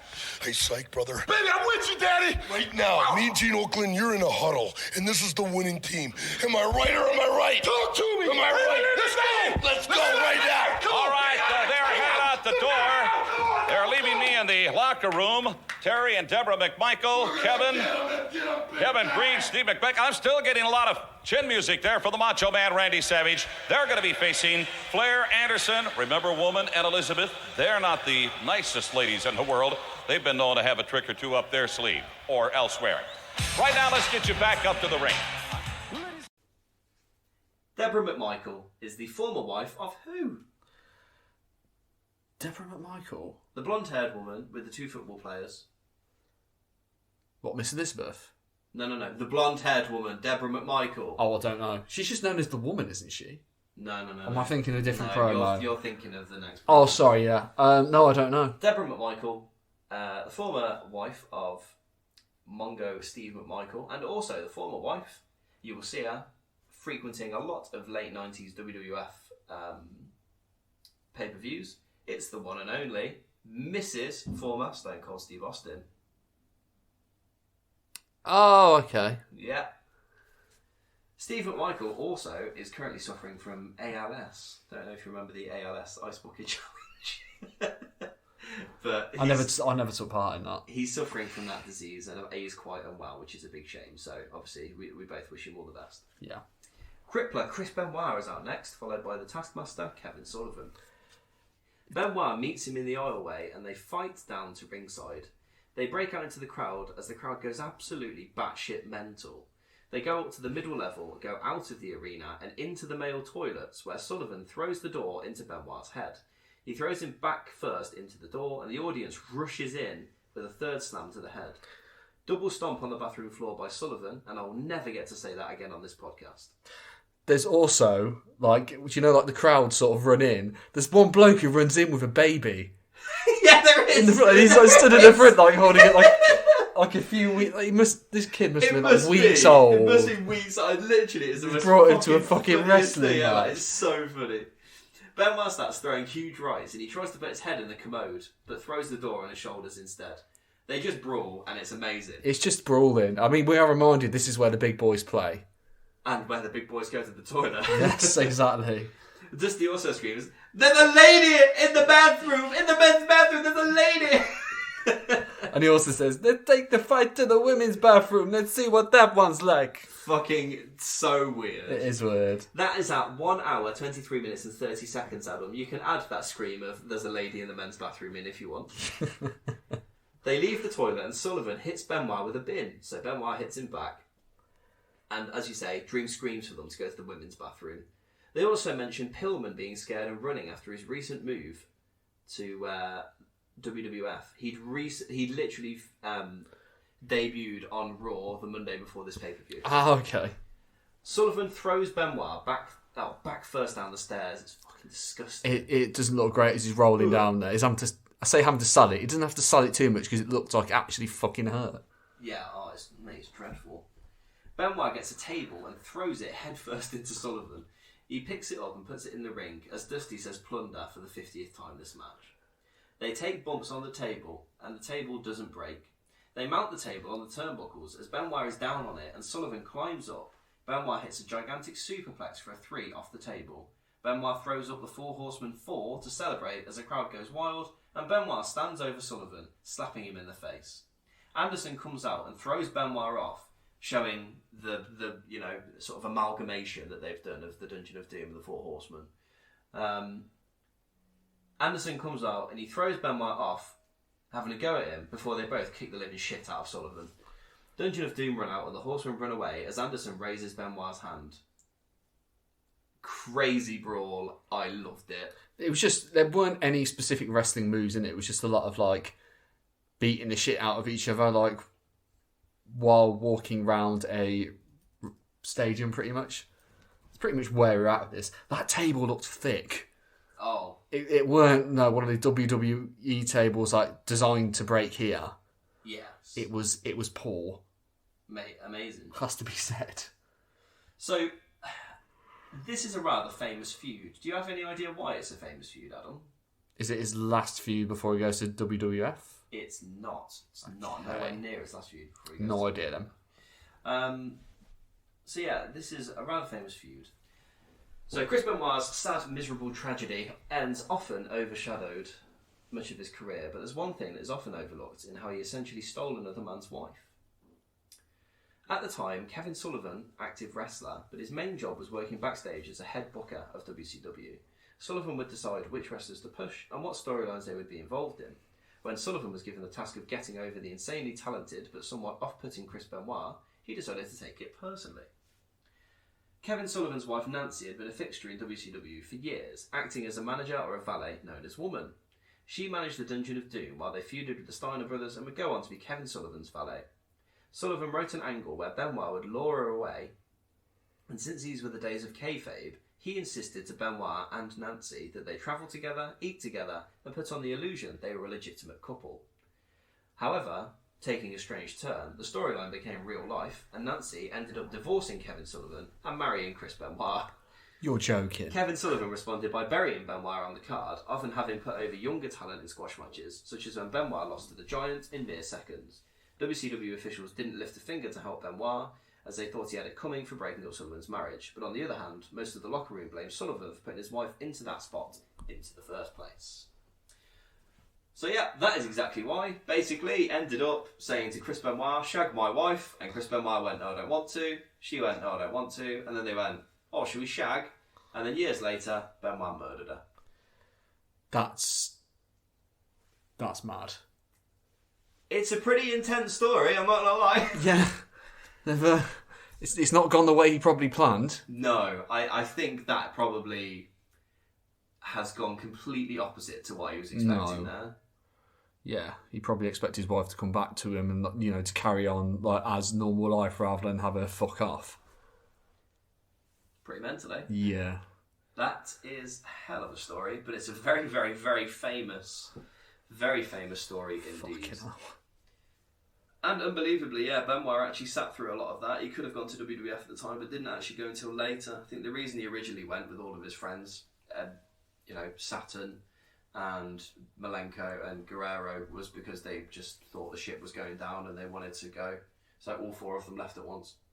That would have ruined their mid-card. Benoit actually recovered from all of that jobbing to become WCW World Heavyweight Champion. Did he? Yeah, unbelievably. How? Just by being a good wrestler, I imagine. Benoit, I suppose. Yeah, it's absolutely ridiculous. I imagine the crowds knew what was going on as well. They sort of expected it. No, it was all kayfabe. They kind of just got told, look, if you're going to be a couple on TV, travel together, just make it seem like you are a couple, and then they did become a couple. Mad. You can put the Horseman promo here. Tony, I gotta be honest with you, I don't think I've seen anything like that, and I'm not too certain I've seen maybe a couple of times. Woman and Elizabeth joining me, Arn Anderson coming in from the ring. Yeah. You, once again, the Horsemen back together, apparently. Chris Benoit, step in here. Was this all? Yeah, there's been wannabes. Righteousness. Thought they were horsemen. They're out of here. There's people that dreamed and had aspirations of being able to do this. This man earned the right. What you just saw was the head of the snake being severed. You have tried to poison the most elite fighting unit in the history of all professional sports. Somebody today earned their stripes. His name is Chris Benoit. Sullivan, Taskmaster, whatever you want to call yourself. Now we are truly at war. Bring on the troops, because if you look around, we are loaded for bear. Very quickly, Chris Benoit. Sullivan, you have been served. I warned you. Don't mess with the Horsemen. You didn't listen. Tonight, I put you in your place, Sullivan. Once and for all. Thank you. Chris Benoit, apparently reunited with the rest of the Horsemen, Arn Anderson. Football players, you want a visual aid? You just got it. Ric Flair. I just saw 2 All-Pros in here with their women decked to the hilt. Now I wonder what they're thinking. McMichael, look at our all-pro defensive tackle. Look at our all-pro linebacker, Kevin Green. Ooh, look at the girls. And look at the mind behind us. Woo! Bobby the Brain Heenan, Coach Heenan, that's what they're calling you now back here. Well, I got a lot of things I'd like to call you. You've insinuated to the people out there and to Savage and everybody else that I'm terrified, that I'm scared to death, and I'm shaken. Take a look at yourself. I have looked at myself, and there's nothing wrong with me. I'm a man, and I know what I'm talking about. My feet are on the ground, and my head's right here. Now, you're trying to put something into his mind to do something to me, and it's not going to happen. It's not going to happen. It's not going to happen to me. All right. A lot of things Thank you. that Macho Man would like to do that he can't do anymore. Right, Liz? Woo! Macho Green McMichael, the hottest winner in town. Woo! Thank you very much, gentlemen. Horsemen back together again. Woo! Ladies, please. This is being watched on television. Let's get back to the ring. Ladies and gentlemen, the following is... Well, that was interesting. They introduced Benoit fully into the Four Horsemen and say he's earned his stripes, and Flair was Flair. Next is a special challenge match between William Regal and Sting! There's a bit in that promo, where Flair says, there's a lot of things that that Macho Man would like to do but can't do anymore. Isn't that right, Elizabeth? That is so poor. That's just Flair for you. presume, Flair's just Flair. I presume Elizabeth is with what's his name right now? It's this point in time. Who's in the main event? That's Miss Elizabeth. Yeah. From WWF in the 80s. Yeah. Yeah. No, I'm saying she's not yeah, with she Macho Man. Been, she'll be she with might have been with Luger. Yeah, Luger. Yeah, before Luger kills her with an overdose. Lovely, crisp, fast-paced to open as both men trade momentum. They discuss Sting being popular and being the franchise player. Talk about building your company around one man. Did you find that interesting that they were so open in the fact that Sting was their main man, especially when they've got Hogan and they've got, the giant Luger, but no, very much Sting is our guy. Flair, Sting is our guy. This is our... It's very weird seeing him like this, because the only times I've really seen him is when he's been like the dark character. Yeah, there we go. Scorpion Sting. Dark character. Sting is ways, yeah. Sting, yeah. So yeah. They discussed some upcoming house shows, which is a bit weird on pay-per-view. Yeah, they're having a live event in a few weeks. It's going to have Bruno Sammartino being a special guest referee. Yes, at fucking Madison Square Garden. Yeah. That's a dig at WWE. It's a massive one. They're also going to have is it Pedro Morales? Yes, former WWF champions Bruno Sammartino and Pedro Morales. Do you know why Bruno was against the WWF at this time, Adam? He didn't like the way they were... like their TV products, like portraying sexualised. Yeah, I knew. Respect. We've talked about this before in the when we did the 2013 WrestleMania. Yeah. Yeah, because he was inducted then. It was like all forgiven then. Yes, Triple H did a lot because he felt it was right for him to Bruno is my favourite wrestler. Yeah, he quite liked Bruno, so he did a lot to try and force that relationship back. Sting keeps going to hit Regal, who begins to shake comedically in the corner before he ducks out and gets away. That was a funny moment. Regal's mat skill is beautiful. I like how in WCW at this time they were very open to all ring styles. From submission, mat-based stuff, cruiserweights, and the big 80s heavyweight styles, such as Hogan and Luger. Yeah. He's brilliant in this match. Like, with some of his chain wrestling and being a cocky heel, you want him to get beat. And he applies a full Nelson brilliantly as well in this. Moves that they don't... you probably wouldn't see much on like WCW. He does keep saying Rule Britannia into the camera. It's bloody marvellous. Yes, he does. He sings Rule Britannia, doesn't he? Yes, he does. It's amazing. This match came around when Regal thought that the WCW Championship Committee was overlooking him, so he's decided to go for Sting, who's the quote-unquote biggest dog in the yard. Regal loves talking to the crowd in this. Very Kevin Owens-like in that regard. You can tell he's trained and grown up in small environments to work, so he'd have got that from... working on the smaller environments, the independent shows. Well, yeah, he worked at he started at World at Sport and then he moved to a different British company because he wanted to actually. He felt like the guys in this other company were better than what were in World of Sport. Well, so he walked away from like a paycheck, didn't he?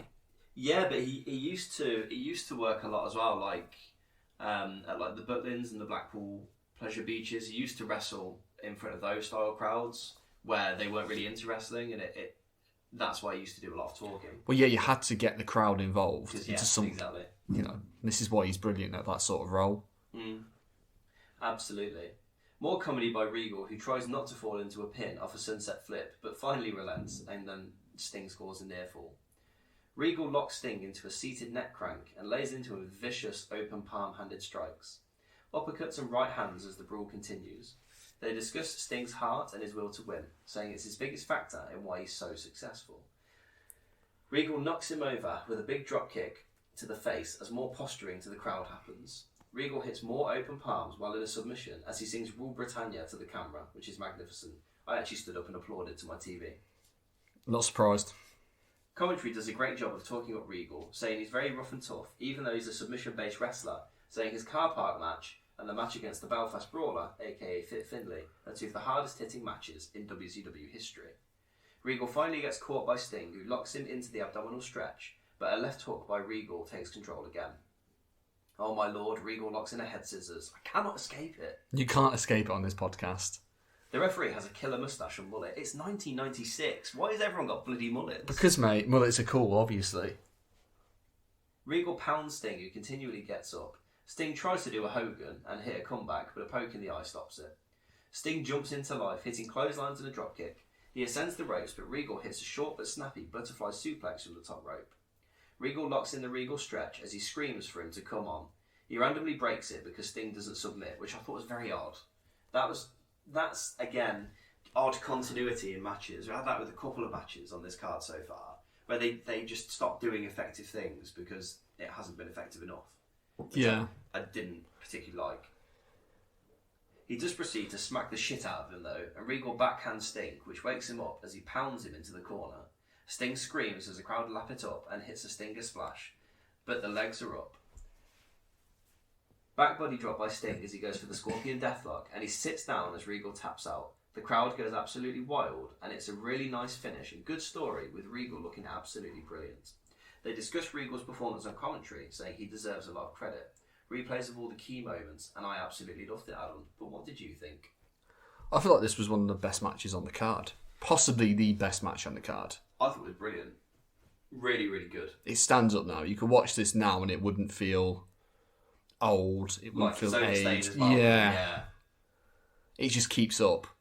It's legit a good match. And this is what I love about wrestling. Like, if you have a good match, it doesn't seem to age at all. Stands the test of time, yeah. Yes. What did you think of the crowd reaction that Sting got, especially compared to everyone else? He's ridiculously over. It's like the most over guy I've seen so far on this company. Like more over than the main eventers. So it just questions like, why is he not main evented? He's their biggest like draw. If you're not, well, maybe not their biggest draw, but the guy who gets the biggest reaction. Yeah. At this point in time. And interestingly, they take a real risk because next month he's involved in the match where the NWO form. And then after that, he does not wrestle until like 16 months later. Oh, is that because he turns into the Crow Sting? So actually, yeah, that character is based off the film The Crow, which Brandon Lee was in. Don't know if you know Brandon Lee. It's Bruce Lee's son. Oh, okay. And Brandon Lee dies on the set of the film. He basically, there's like a scene and he's supposed to get shot and the gun had a bullet in it and it just had a bullet in it? It was like the Alec Baldwin thing the other day. It was, yeah, I believe that was the story. It was very weird. And The Crow's a very dark film, and they take loads of inspiration from The Crow to turn that character into you know, the dark Sting as opposed to this Sting, which is very colourful, isn't it? Yeah. Very, you know, the blonde hair as opposed to the dark hair, the short blonde hair, the buzz cut, the muscles, the tan, you know, all of that stuff sort of goes. The face paint is colourful as well. It's almost like Ultimate Warrior-y type. Yeah. As opposed to... You have to change quite a lot for him. Yeah. Like visually. Sure. First, accompanied by Miss Elizabeth and the Woman, it's Flair and Arn Anderson. These entrances are fucking hilarious. There's a lot of pyro. I have no idea why, but they are incredibly self-indulgent. Do you want to put these entrances in here, or shall I do a funny version of them? Because they've got Bruce Buffer.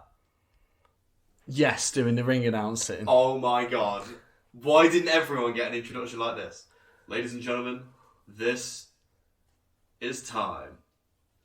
Time for two icons of the gridiron versus two icons of the wrestling world. First, he is a 13-time heavyweight champion of the world. He's the Nature Boy. He's got blonde hair, blue eyes, and he's not a Nazi. Everyone knows him as the greatest of all time, the Nature Boy, Ric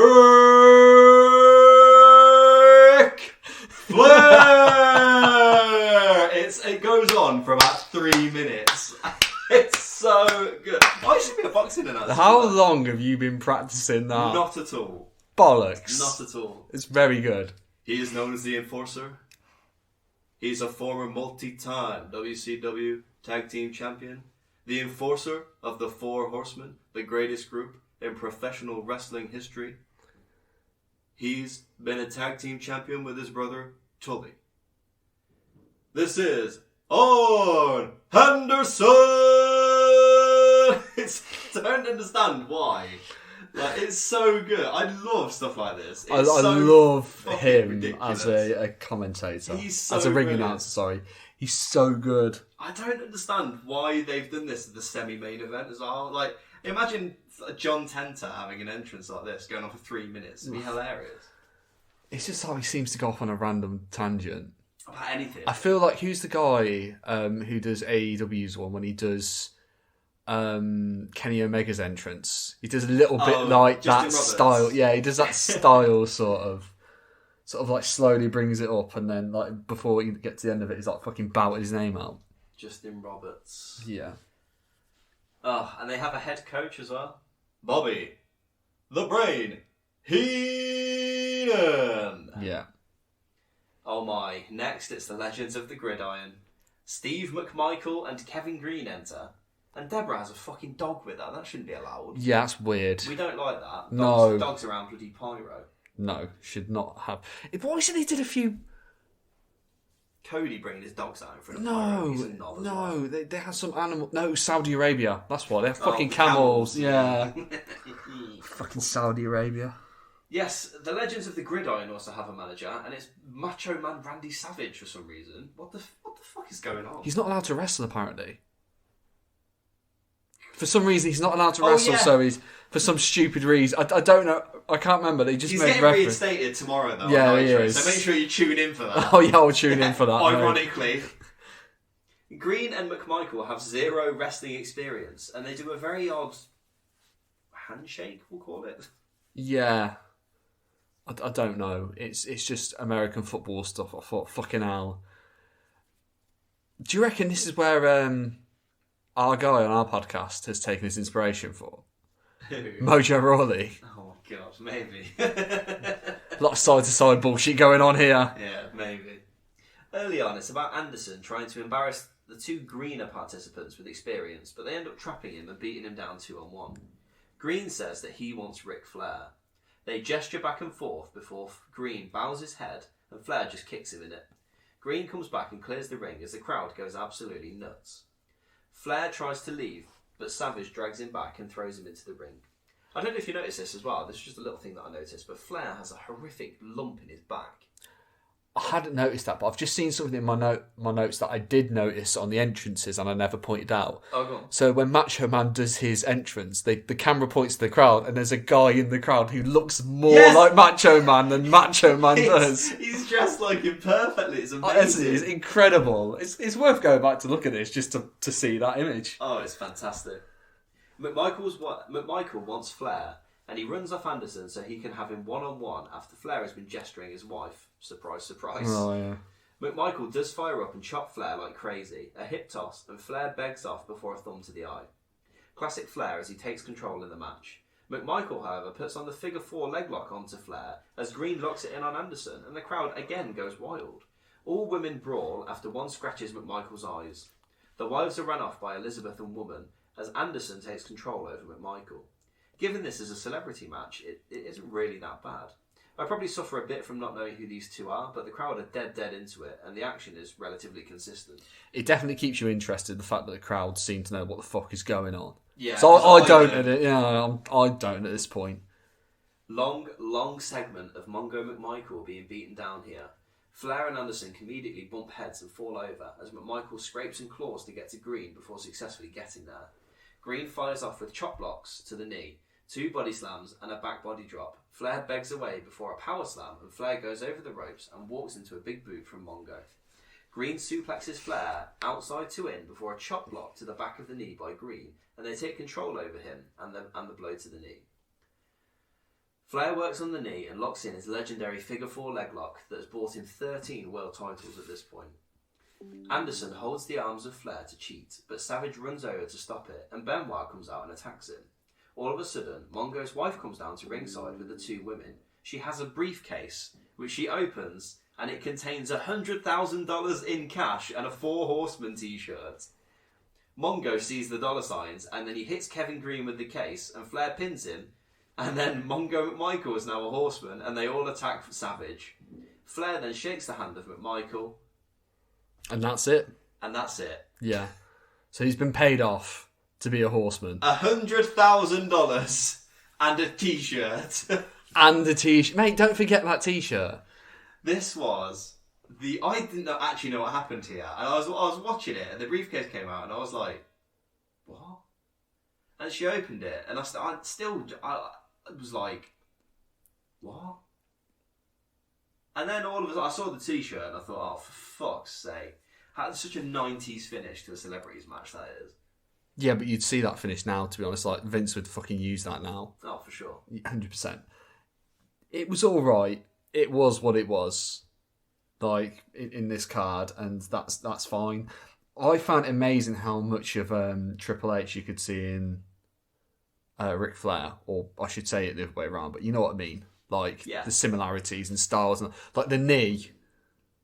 Do you know what I mean? This is like sort of. Do you know what I mean? Those little things that obviously, like, you know, taken from Harley Race. Yeah. And other people that have inspired him. Basically, Triple H just has the Ric Flair playbook tattooed on his eyelids, doesn't he? Yeah. Going over the ropes. It's all of it.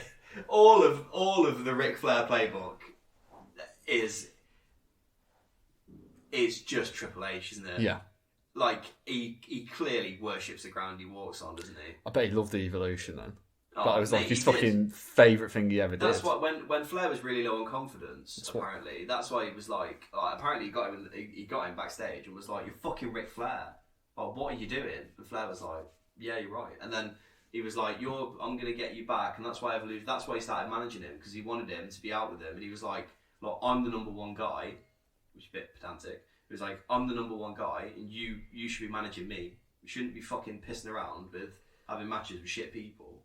He's like, "If I'm our number one guy, you should be with me." And that's why they started travelling together, and he sort of like really helped Flair. Yeah. But yeah, it was quite cool. He absolutely loves Flair though. Yeah. So, what happens in terms of Kevin Green and Steve McMichael then, or whatever he's called? Well, you're going to tell me? I am. Good. Kevin Green returns in 1997 and 1998 for one match per year, until he carries on playing NFL, of course. And the 2 contracts that he's in at that point are fine, but then he signs for another team and they say no more wrestling in the contract, so then he doesn't wrestle again. In the case of McMichael, he retires from the NFL and becomes a full-time wrestler from here on out. Really? Yeah. Oh, wow. So that, understandably, is why it happened. So yeah, Eric Bischoff is on the stage, and he invites out Nash and Hall. Something about an invasion. You can put this here, Adam. Thanks, guys. Incredible turn of events, to say the very least. Well, many of you know that for the last several weeks, since May 27th, as a matter of fact, we've had a number of, let's just call them interruptions on Nitro. I know. And if you were with us last week, I pointed out that tonight, these guys want an answer. We're prepared right now to give them an answer. They know who they are. I know they're here. Come on out, guys.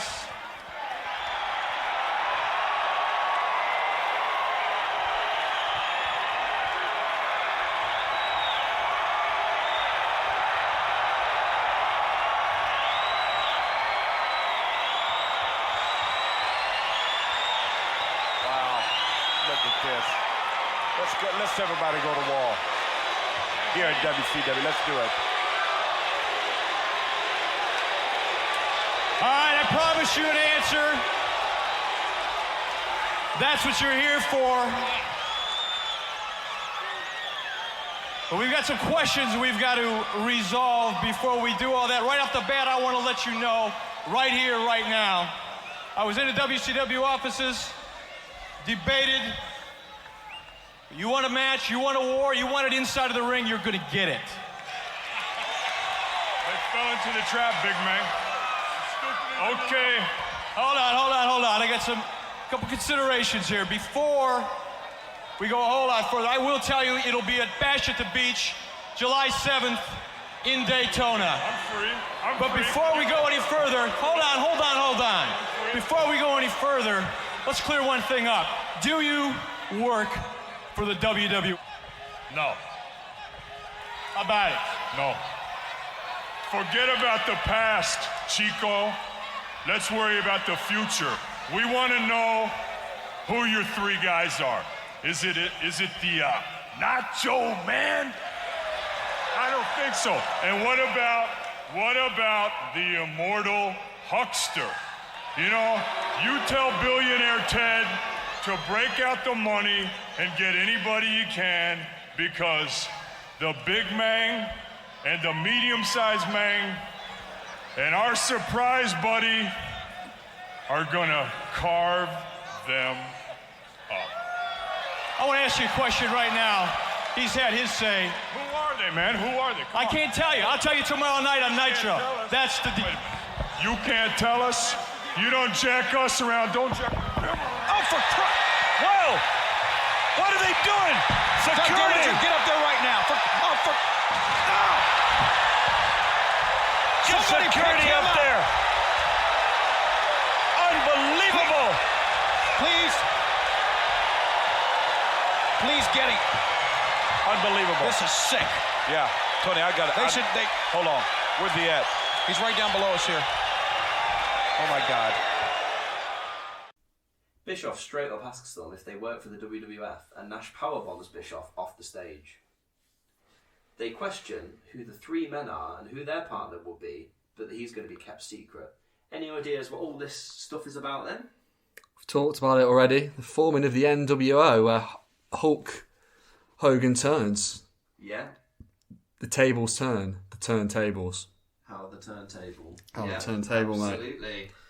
So, Hogan is the mystery partner of Hall and Nash. And basically, I don't know if you've ever seen the match, but the match is basically a 2-on-2 match where Hogan comes out, and then they all say, Hogan's here, he's going to join Team WCW, he's going to join the Macho Man, and he's going to join Sting, and then he leg drops Macho Man 4 times, and then they pin him, and he's like, this is the new world order of wrestling, brother. And that's it. There you go. So, yeah.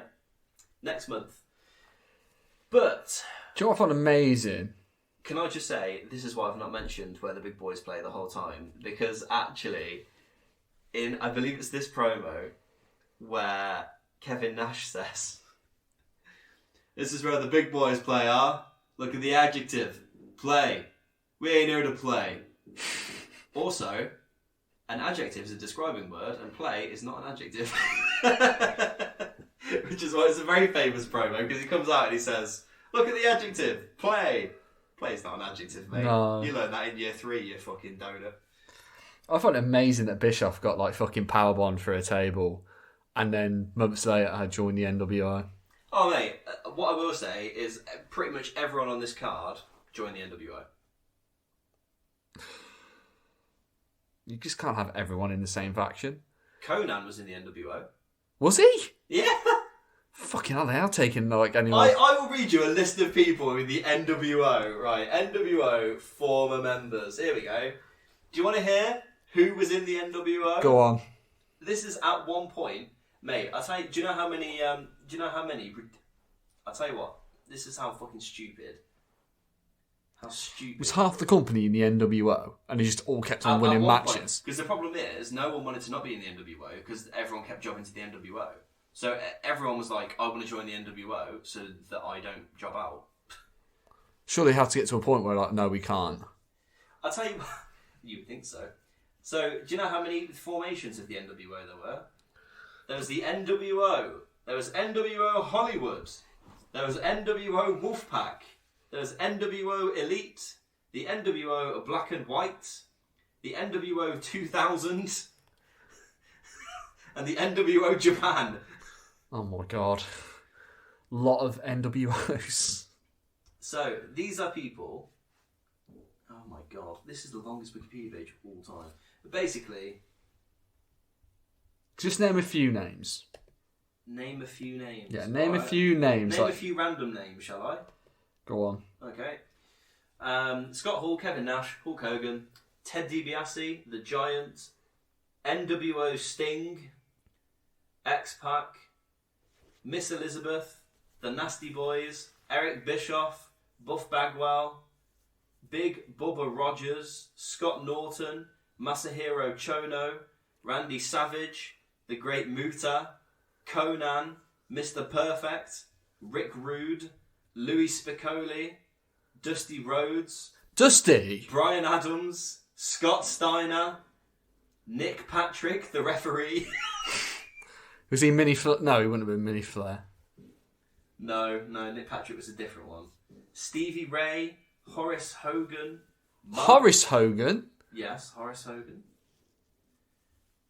Who else joined that was fucking stupid? Rick Rude, Lex Luger.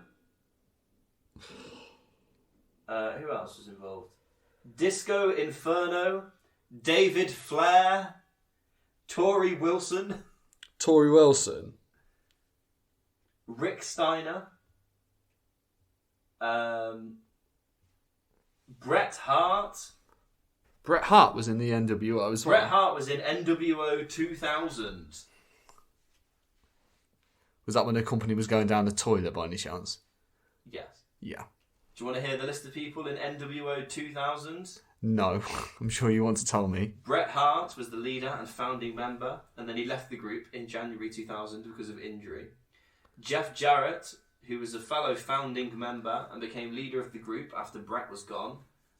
Kevin Nash, Scott Hall, Scott Steiner, Ron and Don Harris, Midaja, Tylene Buck, April Hunter, and Pamela Paulshock. Pamela Paulshock? I wish I was making it up. Yes, they also had an NWO Japan, which lived solely in New Japan Pro Wrestling. Like a stable just in New Japan? Oh my god. Well, they would, whenever they came over, they would be like, yeah, we're NWO, but it basically, yeah, NWO Japan, yeah. Which actually existed from December 96 until January 4th, 2000. 4 years of NWO Japan. Also known as NWO Gundam or NWO Typhoon. Who was in that you might know? No one really. Satoshi Kojima? Yeah, Kojima was in it. It's a madness, really, isn't it? Hiroyoshi Tenzan. Hiro Saito. The Great Muta. I can't make this fucking shit up. No, you can't. Shawn Michaels was in the WWF version that came in 2002. And Booker T. Absolutely ridiculous. So, yeah, anyway, there you go. That's all good fun. But, yes, I mean, all of that stuff happens.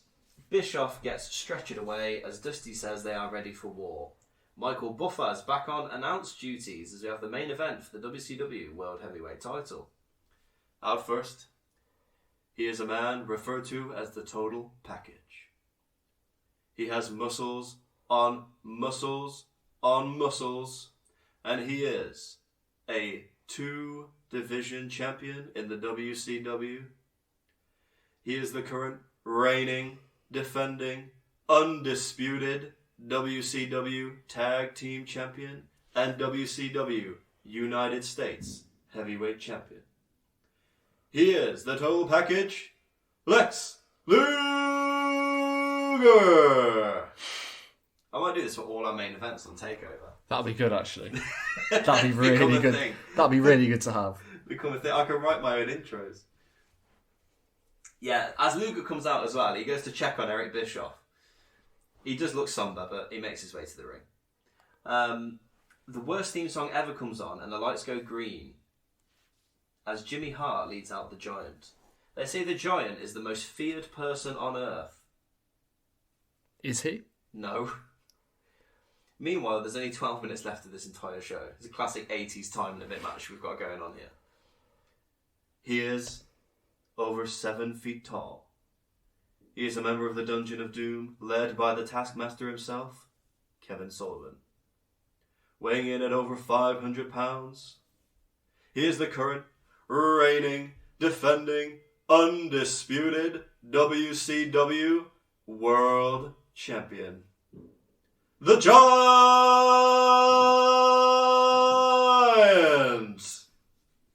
I'm enjoying this way too much. I feel like you are. Every episode. Dave has found his calling. I found my niche, mate. Get me in on the new bloody Progress. If they're taken over, then you're ringing out some. Well, yeah, they do. They will do. Could be me. 3-minute intros for everyone. It's interesting. I wasn't expecting a lot, but they still managed to underdeliver. Yeah, this was dog shit. This was really, really bad. This is the wrestling equivalent of when people say, that steak's not cooked. A good vet could bring it back to life. Because this is literally on that level of, yeah. This is dead. It's not good, to put it bluntly. No, not at all. The Giant is clotheslined over the top, but he does military press Luger through the second and third ropes, which is obscene. Luger tees off on the Giant, but can't ground him. Luger puts him in a sleeper on his back, but the Giant just carries him around the ring. Jimmy Hart, fresh off a betrayal of Luger, tries to interfere, but he's ran away by Sting. The Giant throws him on his shoulder in the corner, and Luger's idea of selling is just going, "Ow!" really loudly. Yeah, it's not incredible, is it? Literally punches. Ow! Ow! Ow! Ow! Ow! Kicks. Ugh! Have that, you bastard. It's like watching bloody Will Ospreay 5 years ago. And I don't mean that in a nice way, just shit selling. Basically, the Giant just beats up Luger, and there's nothing exciting that goes on. Luger does try to fire up, but the Giant just shoves him on the floor. No, it's not great. Giant runs in and lands on the top rope. He lays across the ropes as Luger kicks him in the stomach. He kicks him, and then miraculously he turns over. Oh, that's perfect, that is, for putting on his finisher. He picks him up into the torture rack, but he couldn't carry him. The Giant lands on top of him, though. Giant hits a choke slam to retain the WCW title. They sign off, and we are done. That is the most disappointing main event. That is a proper blue balls main event, because it was a pretty interesting show. Yeah, it sort of let it down a bit, didn't it? A lot. Yeah, the main event was abysmal. What was the best match on the card for you? Who was your star of the taping, Dave? Do you know what? It's so difficult. I have to say, and it was really tough, but I really thought Regal excelled on this. He was so good in this. Yeah, I wanted to pick the same guy. I'm going to pick Regal as well. He was just very good. Yeah, excellent. He was just very Not good. because he's British. No. It's just because he was an excellent wrestler. He was just very good. Just before we go off the air, makes me feel like I'm on the radio. Do you want to know what CageMatch.net says about this? Go on. Some quotes. Quote me happy, Dave. Some stuff. Quote me as interested. An overall pay-per-view, it's got a current average rating of 7.08 out of 10. Some Wrestling Observer newsletter star ratings. The Cruiserweight title match got 4 stars. The Falls Count Anywhere match between Sullivan and Benoit got 4 stars. Sting and Regal got 3.5 stars. And the Gridiron versus Wrestling match got 3.5 stars as well. Awesome. So the highest rated match on the card was not Sting versus Regal, which makes me sad. The one thing I will say about this also, just to tee off finally on the Benoit and Sullivan feud, Benoit actually beats Sullivan in a retirement match and retires him. Does he? He does. He beats him the next year, I think, at Bash of the Beach. Bloody hell. Probably why I keep it in my head. Probably, yeah. If you want to know what the fans thought was the best match, so based out of 9 votes, the Steiners versus Fire and Ice has received 7.1 average rating. Malenko versus Mysterio from 71 votes has a match rating guide of 8.13 out of 10. Benoit and Kevin Sullivan has 7.56 out of 10 from 51 votes. And Regal and Sting has 7.13 out of 10 based on 39 votes. So for them, it's Malenko. So for them, it's Malenko and Mysterio. So 6.26 out of 10 based on 34 votes was for the tag team match, the Gridiron versus the Wrestlers. So yeah, I mean, I enjoyed it as an overall show. I thought it was really interesting. A couple of things let it down, but overall it was just lovely to see something with a different presentation, a totally different feel. And, you know, I can't wait until the 2nd year anniversary, if we can still stand each other. Yeah, I'm sure we'll carry on with this. Yeah, we are best mates after all. Yeah, exactly. To see if we can get something else going for a 2nd anniversary. Or maybe we'll, you know, I quite enjoyed it. Maybe we'll do an 18-month anniversary. Who knows? Maybe so. But just a big thank you before we go, just to everybody. I know we got around to it a bit later than anticipated, but genuinely, thank you everybody for just bearing with us with that, giving us a little bit of time off over Christmas. Thank you to everybody who recommended us a pay-per-view that went into the draw. And thank you especially to Chris, whose pay-per-view that we drew. And we had a really, really, really fantastic time watching it and reviewing it. This has been one of my favourite episodes to record. It's been really good fun. It's been a really good episode. I mean, just thank you to everyone who, you know, sticks with us on Twitter and, you know, likes our content and wants to carry on listening. Yeah, genuinely, we are really appreciative. And it's the last day of 2021. It is. So we would like to just wish everyone a really happy and safe 2022 for you and all your families. Hoping it goes absolutely fantastic. Yeah, so there's not much more we can say apart from this is going to be a really interesting edit on the basis of listening back to probably our reactions. 3 hours long as well. The sound's going to be a bit interesting, Dave, because I've only just realised an hour and 45 minutes in that I'm on the wrong setting on the mic. Oh. Yeah. We'll smooth that out, it'll be fine. Well, I hate to say it, but I did fucking tell you that sound was weird. It's not. It's because we've got a microphone that we're sharing, and I've got the sound is supposed to be from this side and not that side. Great. Oh, you're a top guy. What can I say? We might not be friends for much longer.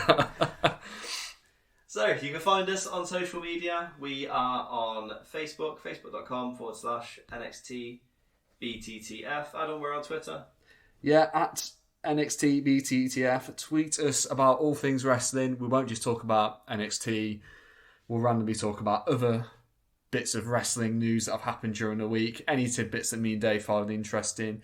Just message us about any wrestling you're interested in. Like, yeah. You know, we'll talk about anything, to be honest. And if you would like a custom ringtone made by me to give you a little introduction, then of course I will do that. £5. But yeah, big things coming in 2022. So he is really a man from the West Midlands. No, I can't do it. Mate, I tell you, I'll record one for you. Do that as the intro for the first proper NXT podcast of the year. Mate, it'll be good. Do it. You can find us on YouTube, NXT Back to the Future podcast, TikTok at NXTBTTF, at NXTBTTF on Instagram, all of those things. If you give us a Google, we'll definitely turn up. You can check all of our links on our link tree, which is on our Twitter. But for now, you know, if you could leave us a review, also that would be great. But for now, we're going to have the fallout on the next episode, the first episode of 2022, from a stellar NXT takeover. From me, Dave. And me, Adam. Let's bring in 2022. Adam, play our little music. Bye.